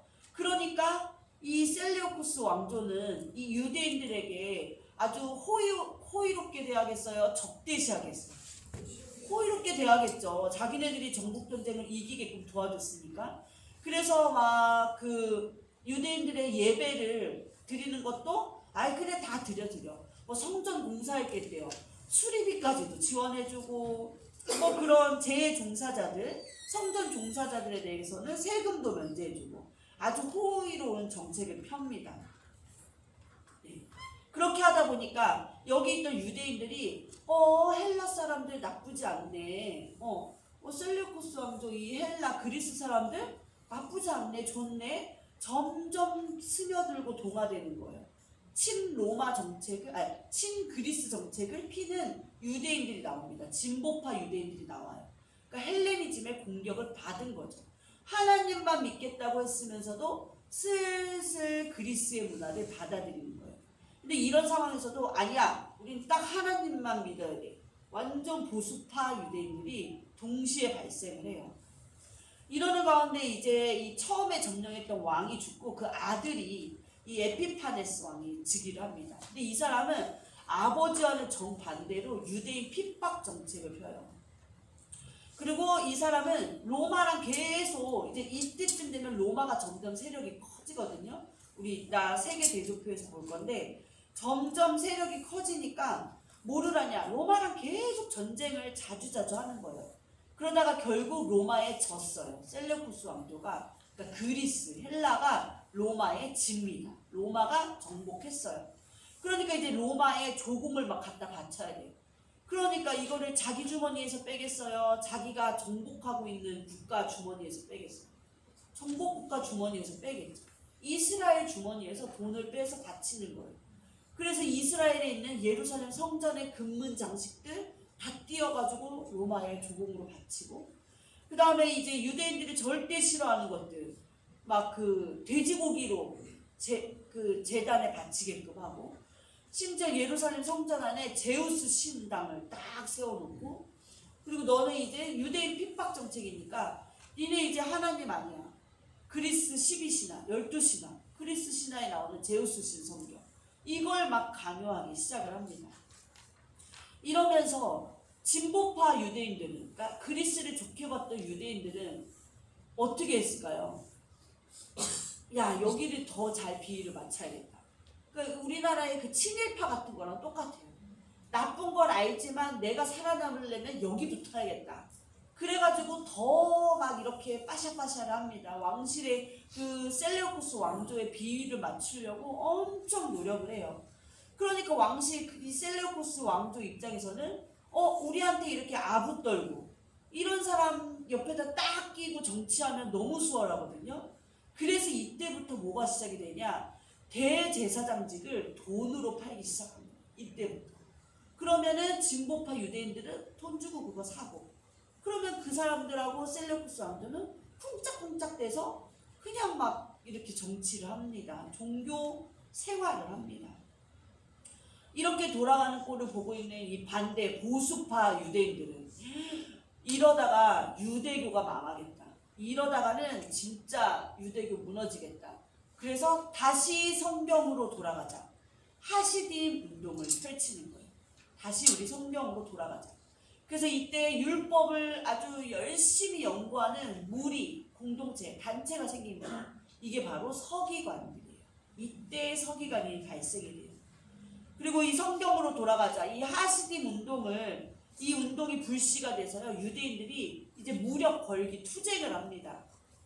무력으로 이제 셀레우코스 왕조에 막 독립전쟁을 막 하는 거예요. 근데 그 중에 마따디아라는 제사장 가문에 속해 있는 마따디아라는 사람이 있었는데 이 사람이 자기 아들들하고 같이 독립투쟁에 선봉에 나서요. 그런데 셀레우코스 왕조를 이겼어요. 그래서 이때 이 마따디아라는 사람이 일으킨 독립투쟁의 결과로 이 이스라엘 땅은 다시 독립국가가 돼요. 유대는 한 100년간 독립국가로서 다시 살게 됩니다. 그리고 그래서 이 운동을 독립투쟁 이 운동을 이름을 마카비 혁명이라고 해요. 이 마카비라는 거는 마따디아의 아들들하고 같이 독립투쟁을 했다 했잖아요. 아들 중에 유다라는 사람이 있었는데 이 유다라는 사람의 별명이래요. 마카비가. 근데 이 뜻이 쇠망치라는 그런 뜻의 별명이라고 합니다. 그래서 이제 마카비 운동이 일어나서 이스라엘은 100년 동안 다시 독립국가로서 살게 돼요. 이 마카비 운동으로 인해 독립이 된 이스라엘이 제일 먼저 뭘 했을까요? 지금 예루살렘 성전이 더러워졌잖아요. 성전 안에 가면 막 제우스 신당만 있었겠어요. 그리스 신화들에 나오는 그런 신당들이 다 그득그득했을 거 아니에요. 그래서 성전을 먼저 청소를 싹 합니다. 성전 청결, 성전을 먼저 깨끗하게 해요. 그게 바로 뭐냐? 수전절이 되는 거예요. 수전절. 성전을 깨끗하게 하는 저희 수전절. 우리 신약 성경에 계속 나오는 수전절입니다. 그리고 마카비의 후손들이 이제 이 이스라엘을 다스렸을 거 아니에요. 그쵸? 그 이스라엘을 다스린 마카비의 후손에 의해서 세워진 왕조가 하스몬 왕조예요. 그러니까 독립국가를 이루고 나서 세워지는 왕조가 하스몬 왕조입니다. 이 하스몬 왕조가 다스리는 이스라엘 땅은 갈릴리, 사마리아, 유대. 지금 우리 신약에 나오는 이 배경이 이제 자리를 잡고요. 그 옆에 에돔 땅이 원래 있었어요. 그런데 이때 뭐를 하냐면 하스몬 왕조가 세워지고 이 하스몬 왕조는 당연히 이제 수전절 같은 것도 만들고 성전을 회복해야 된다. 그래서 그 마카비 운동에 의해서 그러니까 지금 셀레우쿠스 왕조 때 이 대제사장직을 돈으로 사고 파는 이런 악행이 막 벌어졌잖아요. 율법과는 완전히 어긋나는. 그러니까 우린 다시 율법 중심으로 돌아가야 돼. 엄청나게 율법 운동이 많이 펼쳐지고요. 그래서 이 에스라의 버금가는 삶의 개혁, 종교 개혁들이 엄청나게 많이 이루어지는 왕조 때가 이 하스몬 왕조 시대입니다. 당연히 율법 중심 사회로 변화했으니까 예배, 제사, 절기 지키는 거 엄격하게 이제 지키게 됐고요. 그리고 마카비와 이 혁명을 주도했던 마따디아라는 이 사람이 제사장 가문이라고 했잖아요. 그래서 이 하스몬 왕조의 왕은 정치적인 왕이면서 동시에 대제사장이 됐어요. 그래서 이때부터 대제사장은 엄청난 실권자가 되는 거예요. 그러니까 왕인과 동시에 대제사장이기 때문에 이 대제사장은 단순히 종교적인 최고의 자리가 아닌 정치적인 최고의 자리, 왕과도 같은 겸임이 되었다. 그래서 하스몬 왕조가 또 중요하게 우리가 살펴봐야 됩니다. 그런데 이 하스몬 왕조가 쭉 이렇게 흘러오다가 하스몬 왕조 한 4대쯤 됐을 때 로마가 이 에돔 땅을 점령을 해버렸어요. 그 점령을 했으니까 로마에서 누군가 에돔 땅을 다스릴 사람을 파견을 해야 되잖아요. 그래서 누굴 보낼까 했는데 그 당시 에돔의 왕이었던 안티파스라는 사람이 내가 로마 총독을 할게요. 내가 로마인은 아니지만 내가 여기를 잘 맡아서 할게요. 하면서 이제 엄청나게 아부를 떠는 거죠. 그래서 로마에서 그래 그럼 너가 여기 땅 다스려 해가지고 이 에돔 땅의 왕이었던 사람이 로마의 총독을 겸임을 하게 됩니다. 그러니까 우리나라로 치면 일제 말기 때 조선의 왕이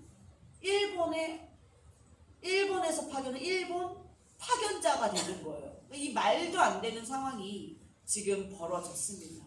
그래서 여튼 이 에돔 왕이자 로마의 총독, 그래서 완전 친로마 정책을 펼칩니다. 그래서 이러면서 이제 로마 제국은 아까 셀레우쿠스 왕조를 독립국가, 유대 독립국가가 그 마카비 혁명으로 인해서 유대가 독립국가로 선정이 됐잖아요. 확립이 됐고 그거를 또 로마가 다시 이제 점령을 하기 시작합니다. 이 로마 제국은 원래 세계에서 가장 작은 도시에 불과했어요.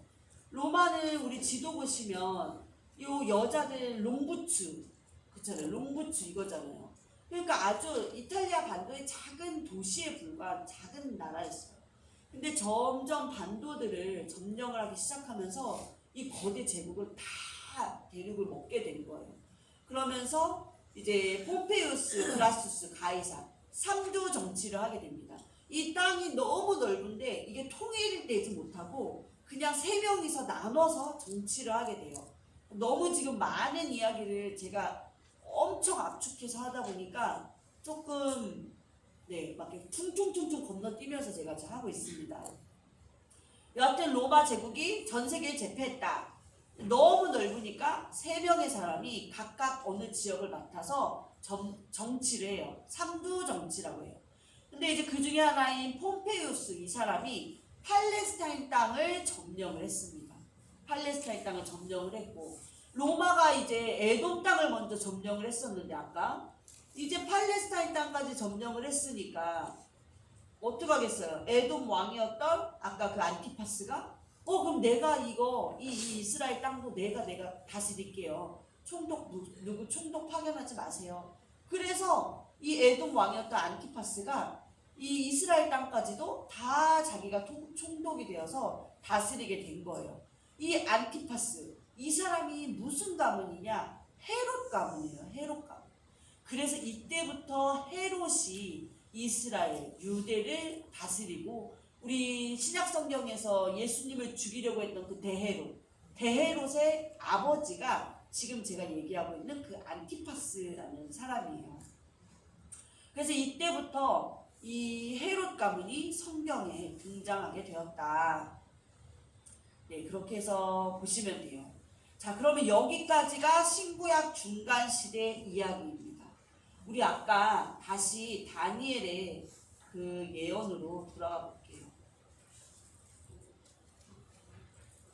어떻게 됐죠? 로마까지 보시면 바벨론에서부터 로마까지 페르시아가 바벨론을 점령했고 헬라가 페르시아를 점령했고 헬라의 알렉산더 다음에 프톨레마이오스 왕조가 점령을 하고 유대를요, 이스라엘을. 그리고 프톨레마이오스 왕조 다음에 셀레우쿠스 왕조가 한 30년가량을 이스라엘을 통치합니다. 그런데 여기 있었던 제사장 가문의 그 맏다리아가 마카비 혁명을 일으키면서 셀레우쿠스에서 독립을 하죠. 그래서 이스라엘이 독립국가로서 100년 정도를 살아요. 그리고 나서 로마가 이제 전 세계에 제패하면서 이스라엘 땅도 점령을 합니다. 그러면서 이때 에돔의 왕이었던 헤롯 가문의 이 사람들이 이스라엘까지 다스리게 되었다. 그래서 신약 성경에 나오는 유대의 왕으로 나오는 이 헤롯 왕이 이래서 성경에 등장하게 된 거예요. 그러면 지금 우리 아까 다니엘의 예언대로 바벨론, 바사, 헬라, 로마 이 순서대로 지금 정말 세계의 흐름이 계속 바뀌었다는 걸 우리가 알 수 있습니다. 그러니까 뭐예요? 말씀대로 이 느부갓네살 다니엘의 해석 가운데 나타난 하나님의 말씀대로 하나님의 예언대로 이 흘러갔다. 역사가 흘러갔다라는 것입니다. 그러면 제가 지금 중요한 거를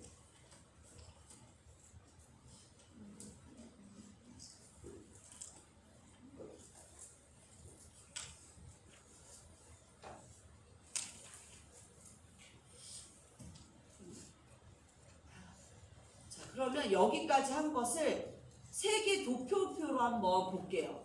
아이고 어지러워 이게 뭐야. 보기만 해도 지끈지끈. 그렇지만 설명을 들으시면 굉장히 쉬워요. 지금까지 이야기가 이 도표 안에 다 들어와 있습니다. 자, 여기 줄 하나하나가 각 나라를 뜻해요. 맨 위에 히브리인이라고 써 있어요. 그렇죠? 이스라엘 나라입니다. 그 다음에 애굽인 이제 이집트가 되는 거고요. 그 다음에 메소포타미아의 어느 나라가 살았어요? 바벨론, 아수르가 살았죠. 그래서 여기 보시면 아수르, 바벨론 글씨 보이세요? 찐핑크 중간쯤에 보이시죠? 그 다음에 이탈리아, 로마의 뿌리입니다. 그 다음에 그리스인, 헬라, 그렇죠? 그리스의 뿌리, 갈색. 그 다음에 베니게인은 어디를 뜻하냐면 그 시돈 두루, 그러니까 지금 레바논 땅 그쪽 부분의 나라를 뜻하고요. 하늘색. 아람 아까 어디였죠? 지금의 아람은 저 위에 있었던 그 아람. 그 다음에 헷 쪽은 하타이트족이라고 나오고요. 그 다음에 이란인 주황색은 페르시아를 뜻합니다. 자, 그래서 이 나라들이 각 시작했을 때는 힘들이 다 없어요. 이 선의 두께가 나라의 힘을 뜻하는 거거든요. 다들 비등비등 다 날씬해요. 그리고 지금 자세히 보시면 테두리들이 다 무슨 색으로 되어 있어요? 회색. 회색이라는 건 독립국가를 뜻해요. 나의 주권이 나에게 있는 독립국가를 뜻합니다. 자, 그래서 먼저 우리는 히브리인의 역사를, 이스라엘의 역사를 중점으로 볼게요. 자, 이제 쭉 히브리인 밑으로 쭉 내려오시면 족장시대라고 써있죠. 그쵸? 그러니까 아브라함 시대부터 족장시대로 이렇게 쭉 살아왔어요. 이때는 뭐 각자의 나라들도 쭉쭉 살았습니다. 그러다가 이제 여기 하늘 색깔 있는데 밑에 보시면 사사시대 나오고요. 그쵸? 그리고 사사시대 밑으로 가면 왕을 찾았으니까 사울왕, 다윗왕, 솔로몬 왕까지 왔다가 분열 왕국, 우리 아까 나라가 나눠졌다. 그래서 북쪽은 여로보암, 남쪽은 르호보암. 다 지금 따라오세요. 가고 있어요. 그래서 쭉쭉 내려갑니다. 자, 그러다가 갑자기 하나 줄기가 여기서 땡강하고 끊어졌어요. 노란 게.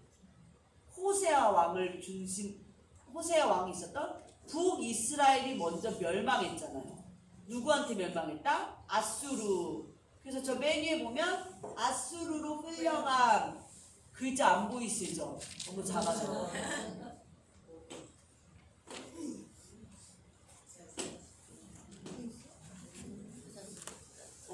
이거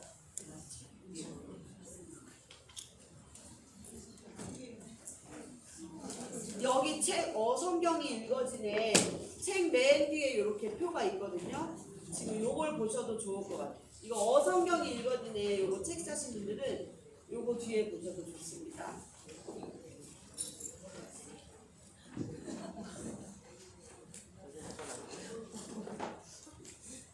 그래서 북이스라엘이 아수르에 망했어요. 아수르로 끌려간. 그러면서 이제 저기 왼쪽에 있는 노란색 남유다는 역사가 계속 내려와요. 그러다가 예루살렘 함락이라고 되어 있어요.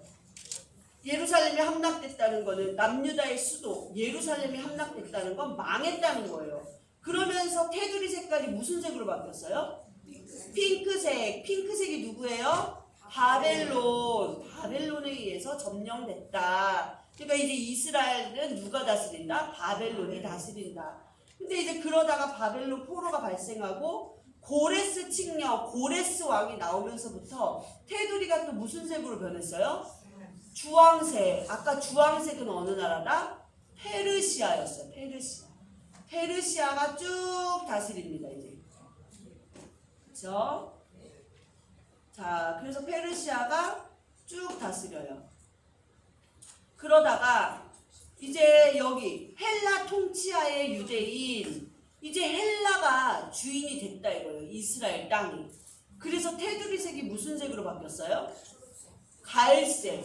아까 헬라 그리스가 갈색이었어요. 갈색.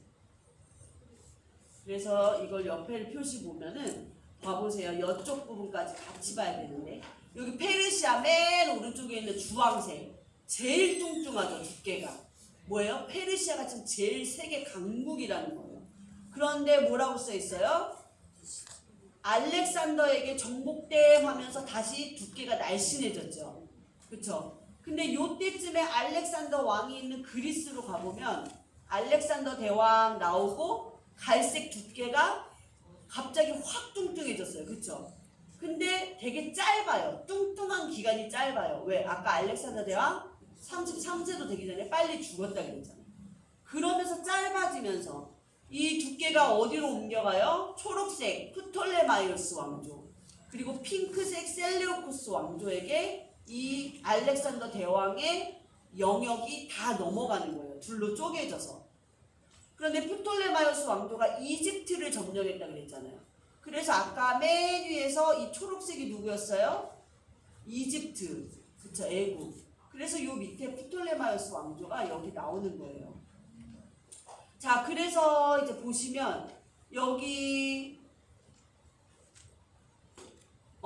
헬라 통치하의 유대인 갈색으로 됐다가 헬라가 이제 알렉산더 대왕이 빨리 죽고 프톨레마이오스가 바로 100년 동안 이스라엘을 점령했다. 그래서 테두리가 무슨 색이 돼요? 초록색 100년 동안.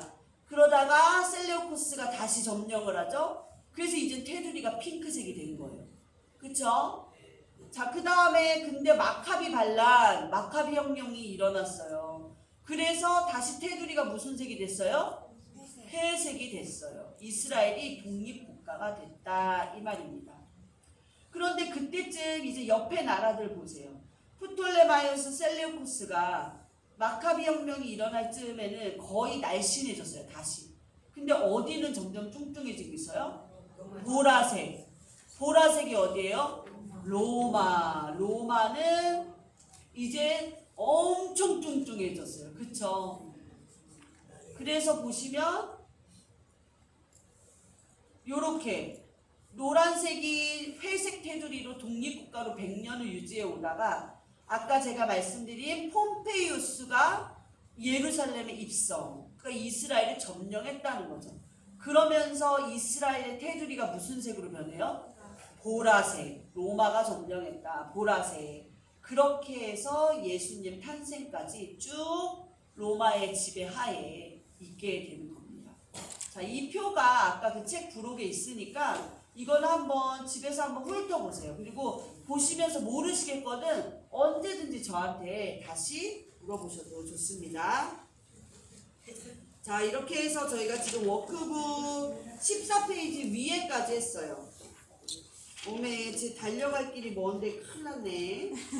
자, 이제 빨리빨리 하겠습니다.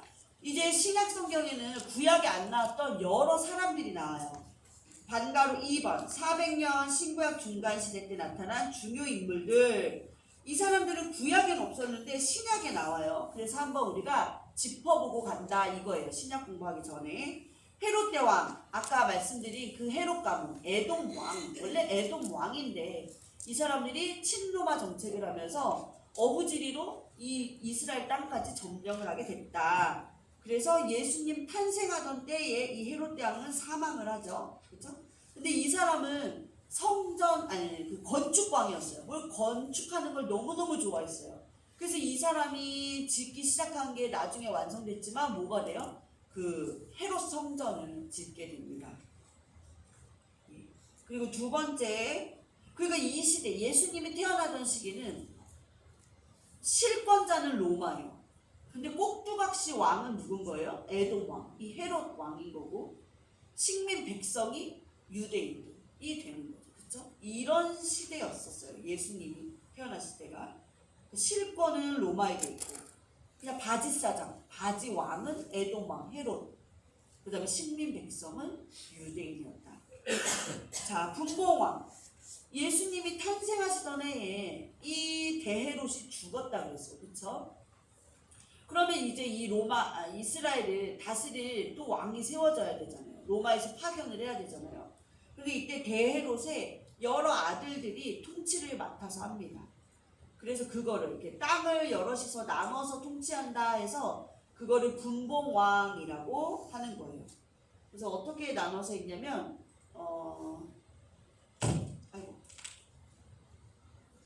화면 보시면 자 1번 그 핑크색이 이제 이스라엘이죠.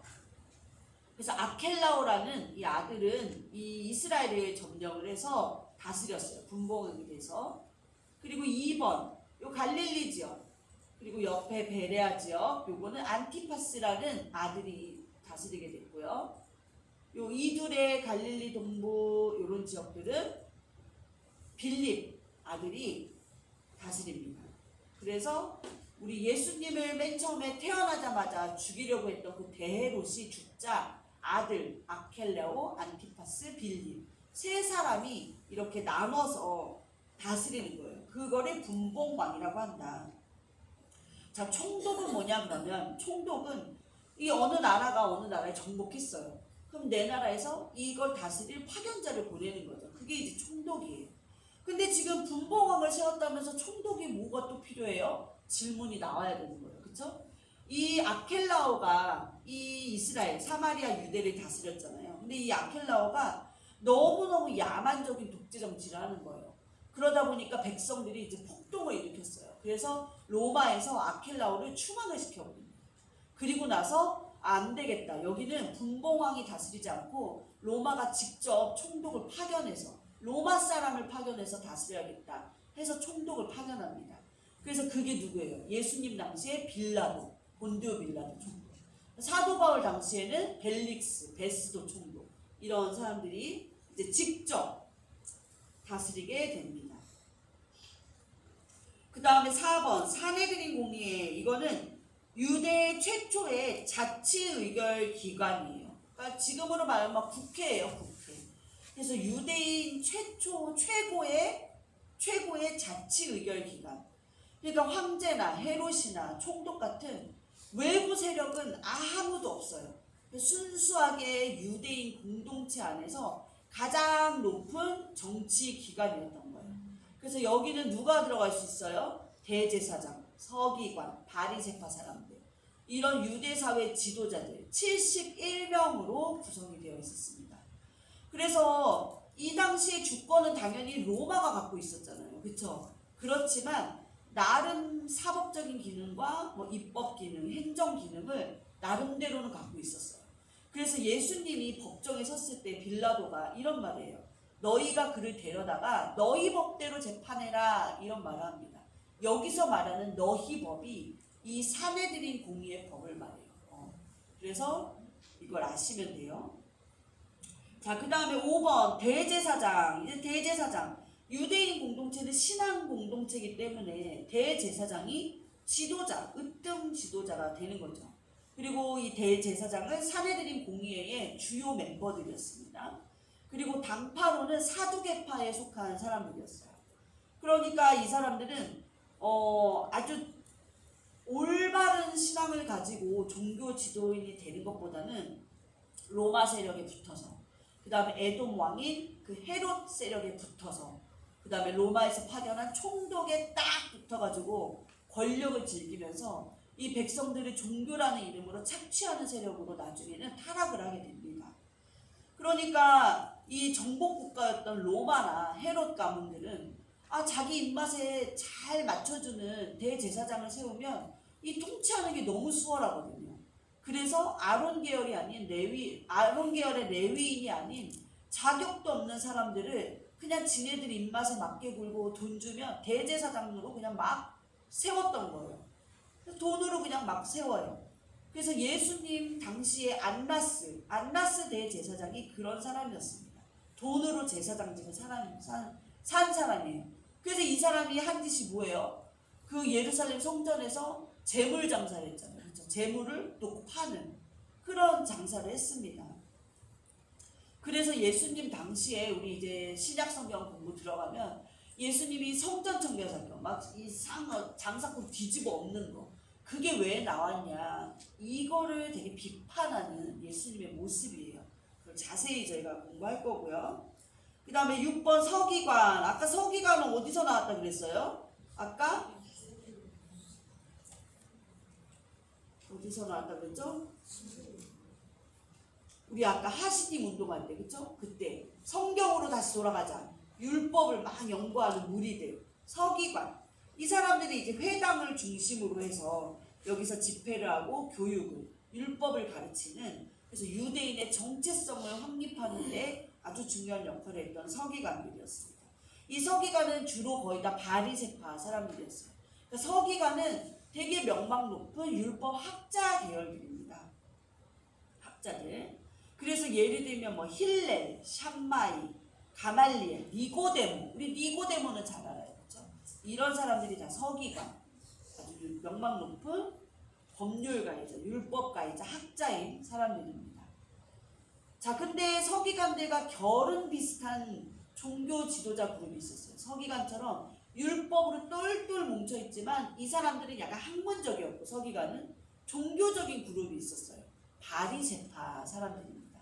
바리새파라는 뜻 자체가 분리되다, 구별되다라는 의미예요. 그러니까 부정한 모든 것에서부터 철저히 구별하고요.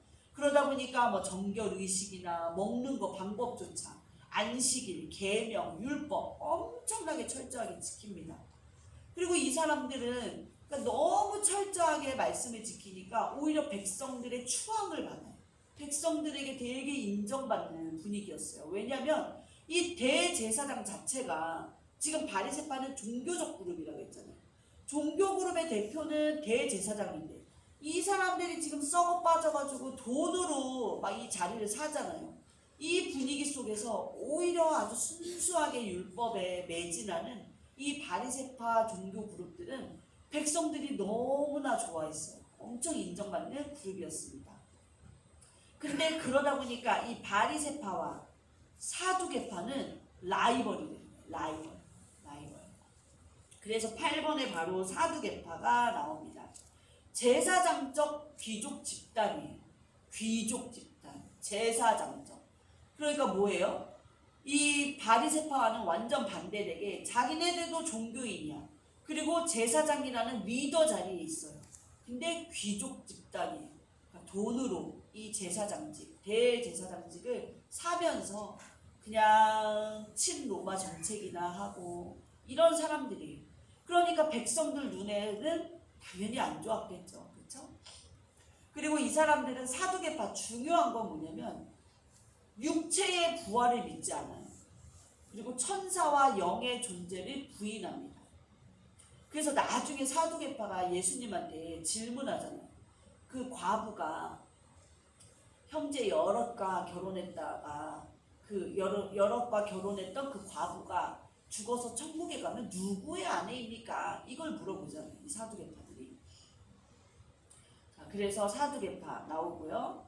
그 다음에 열심당을 보면 9번 셀롯당이라고도 합니다. 열성적인 민족주의 집단이에요. 민족주의.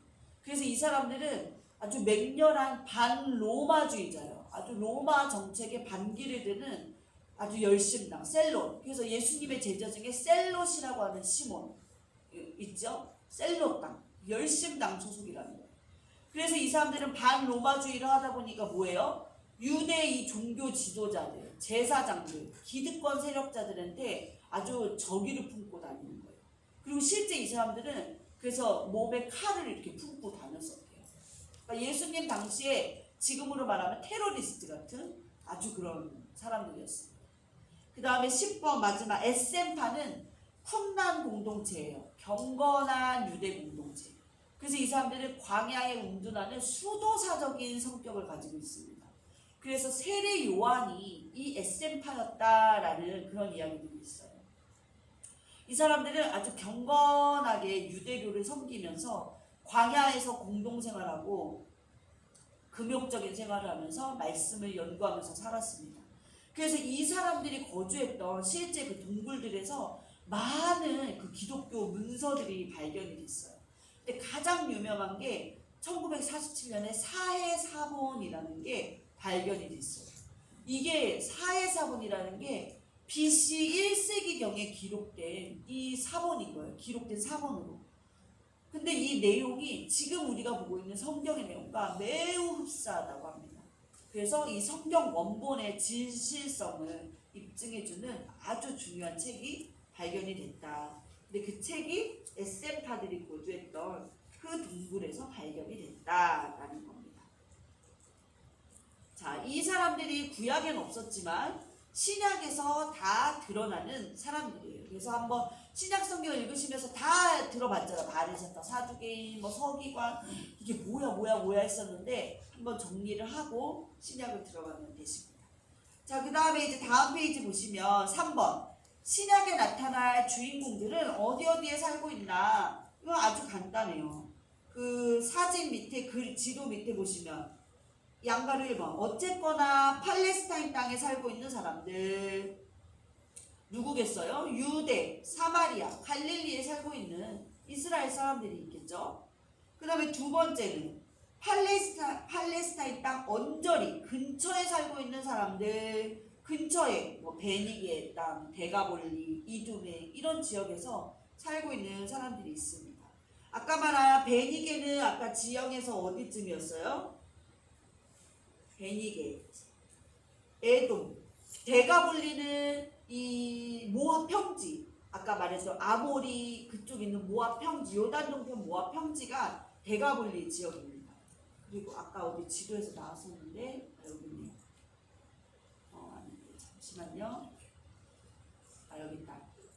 자, 여기 보시면 언저리에 분포가 되어 있어요. 갈릴리, 사마리아, 유대 그대로 본국에 살고 있는 사람들, 그 다음에 베니게, 데가볼리, 이두메 근처에 살고 있는 사람들. 데가볼리가 어디야? 아모리, 그 모압, 암몬 다 이 땅에 들어가 있잖아요. 요단 동편 모압 평지 땅. 베니게는 두로아 시돈, 그런 레바논 땅 지금 그런 땅들이 다 베니게고요. 갈릴리 북부 지역도 되고, 그 다음에 이두메는 에돔 땅을 지칭하는 거예요. 그럼 구약 들으신 분들, 에돔 땅 여기 사해 요쪽 오른쪽 붙은 게 있었는데 왜 갑자기 여기가 에돔이래요? 이게 뭐냐면 바벨론이 멸망하고 나서요, 유대 남부 지역으로 이 에돔이 이주를 한 거예요. 바벨론이 점령하고 나서, 바벨론이 멸망당하고 나서. 그러니까 페르시아 시대 때 이 에돔 땅이 이 남부 갈릴리 밑으로 이사를 한 겁니다. 땅 전체가. 그래서 여기가 에돔 땅. 그래서 이두메라고, 그때부터 이두메라고 표기를 한다고 해요. 그래서 이렇게 살고 있고, 그 다음에 3번 포로로 잡혀간 이후 돌아오지 못하고 세계를 떠돌아다니는 디아스포라들. 네, 이렇게 전 세계를 떠돌아다니는, 퍼져 사는 사람들이 있습니다. 그래서 말 그대로 진짜 전 세계에 퍼져 있는 거예요. 이렇게 신약에 나타나는 주인공들은 전 세계 무대를 배경으로 다 흩어져 살고 있습니다. 자, 그러면 이제 3번 신약 목록 정리하기. 자, 이제 마지막까지 다 왔어요. 조금만 집중을 더 하셔야 돼요. 신약반 되게 빨리빨리 하겠다고 했는데도 내용이 많네요. 자, 신약 목록은 몇 권? 신약 목록 몇 권? 27권. 자, 그런데 맨 처음에 복음서, 화면에 나오는 복음서가 나옵니다. 복음서는 뭐예요? 마태, 마가, 누가, 요한. 그래서 복음서는 무슨 내용을 담고 있어요? 예수님의 행적이에요. 그러니까 가상의 일이에요? 실제 일이에요? 실제 일. 그러니까 역사서다. 두 번째, 사도행전. 사도행전은 무슨 내용이에요? 사도들, 제자들의 행적이에요. 특히 두 큰 기둥이 있어요. 사도행전에는 베드로와 바울. 그래서 이것도 사도들, 제자들이 직접 했었던 일들을 적은 책이에요. 그래서 역사서입니다. 그 다음에 바울의 서신, 바울이 쓴 편지가 13권이 나와요. 그거는 편지입니까? 편지. 그리고 공동서신, 이 예루살렘 교회를 중심으로 한 베드로와 야고보, 유다 이런 예수님의 제자들이 쓴 편지들이 있어요. 이것도 편지. 그리고 이제 요한계시록, 우리 사도 요한이 마지막으로 하나님의 계시를 보고 쓴 요한계시록은 계시록이다, 계시다. 그래서 신약 27권을 분류하면 우리 구약 때 한 것처럼 이렇게 분류할 수 있습니다. 역사서는 초록색 5권, 그 다음에 서신서는, 바울의 서신서는 노란색 13권, 그 다음 공동서신서는 8권, 계시록은 1권, 이렇게 해서 27권이 세워지는, 정립이 되는 거예요. 이렇게. 네. 자, 그런데 그러니까 거기 2번 보세요. 페이지 17페이지 맨 위에 2번. 구약을 이어가는 신약의 스토리 찾아내는 안목. 이거는 되게 쉬운 거예요. 구약을 공부할 때도 우리는 역사서를 기본 바탕으로 깔고 시가서와 예언서를 붙였잖아요. 그러니까 신약 공부도 할 때 신약 목록에서 역사서를 배경으로 깔고 나머지 편지들과 예언서를 갖다 붙이면 되는 거예요. 그런데 신약은 예언서가 몇 권밖에 없다? 5개밖에 없다. 마태, 마가, 누가, 요한, 사도행전. 이 5개밖에 없는 거예요. 그러니까 이 5권을 창조의 빈수, 사사망, 대라느, 구약의 역사, 그 다음에 신구약 400년의 역사, 그리고 신약의 역사는 이 5권만 붙이면 되는 거예요. 마태, 마가, 누가, 요한, 사도행전. 그러면 구약부터 신약까지의 큰 역사의 줄기가 완성이 됩니다. 그러다가 이 신구약 전체의 역사의 줄기가 보여지게 되면 그제서야 나의 위치도 보이는 거예요. 그럼 나는 어디에 있는가? 그 워크북에 보면 나는 지금 어디에 있대요? 2000년 교회 시대. 신약 이후에 이어지는 교회 시대 한가운데 내가 있다는 게 보이는 거예요. 예수님의 재림을 기다리는 우리의 위치가 보이게 된다 이겁니다. 우리 다음에는 이제 뭐예요? 미래 예언. 요한계시록의 말씀이 성취되는 것만 남겨놓은 상태입니다. 그러면 이제 신약은 마태, 마가, 누가, 요한, 사도행전만 하면 되는 거네. 쉬울 것 같아요. 그런데 3번 난제 큰일 났다 이거예요. 문제가 있다 이거예요. 뭐가 큰일이냐? 이 신약을 읽는데 2가지를 해결해요. 구약은 오히려 쉬워요. 왜? 39권이라는 책의 양은 많지만 이게 역사서로 쭉 이어져 왔기 때문에 그냥 쭉 읽으면 돼요.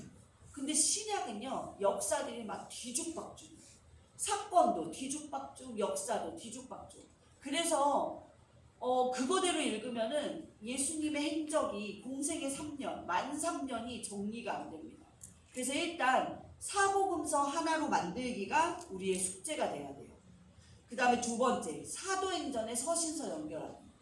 서신서 13권, 바울의 서신서 13권과 이 제자들이 쓴 서신서 8권, 총 13 더하기 8, 21권의 이 편지들이 사도행전과 연결이 돼야 돼요. 왜?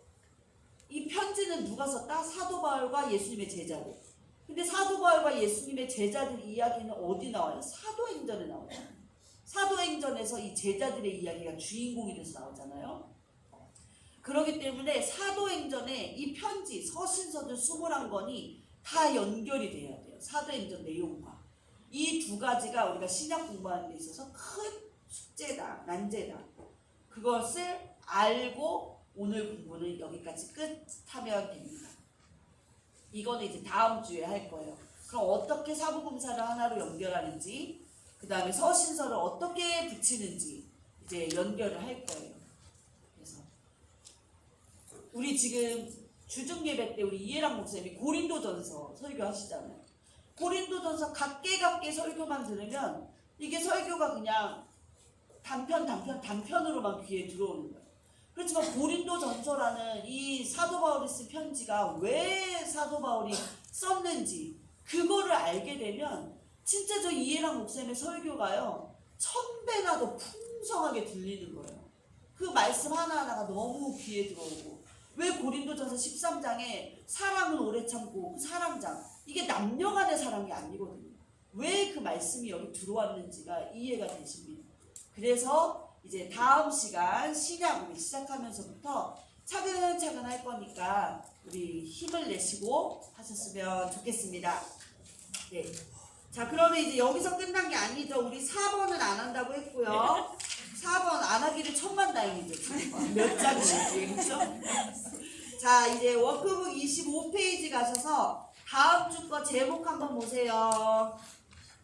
제목 다 함께 한번 큰 소리로 읽어보겠습니다. 시작! 갈릴리 예수 첫 유월절에 예루살렘에서 통뉴스 주인공으로 뜨시다. 여러분들이 진짜 공부 공부하고 싶었던 예수님 이야기 다음 주부터 시작하도록 하겠습니다.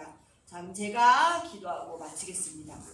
살아계신 하나님 참 감사합니다. 날씨도 춥고 내용도 어렵고 시간도 긴데 우리 원로 장로님부터 해서 우리 집사님, 성도님에 이르기까지 많은 사람들이 예수님을 사랑하는 마음으로 예수님의 말씀을 배우기 위해서 이 자리에 모이게 하시니 너무나도 감사합니다. 오늘은 첫 시간이어서 너무나 많은 것을 어렵게 배웠지만 우리가 오늘 어렵게 배운 만큼 다음 주 예수님의 이야기를 더 기대할 수 있을 줄 믿습니다.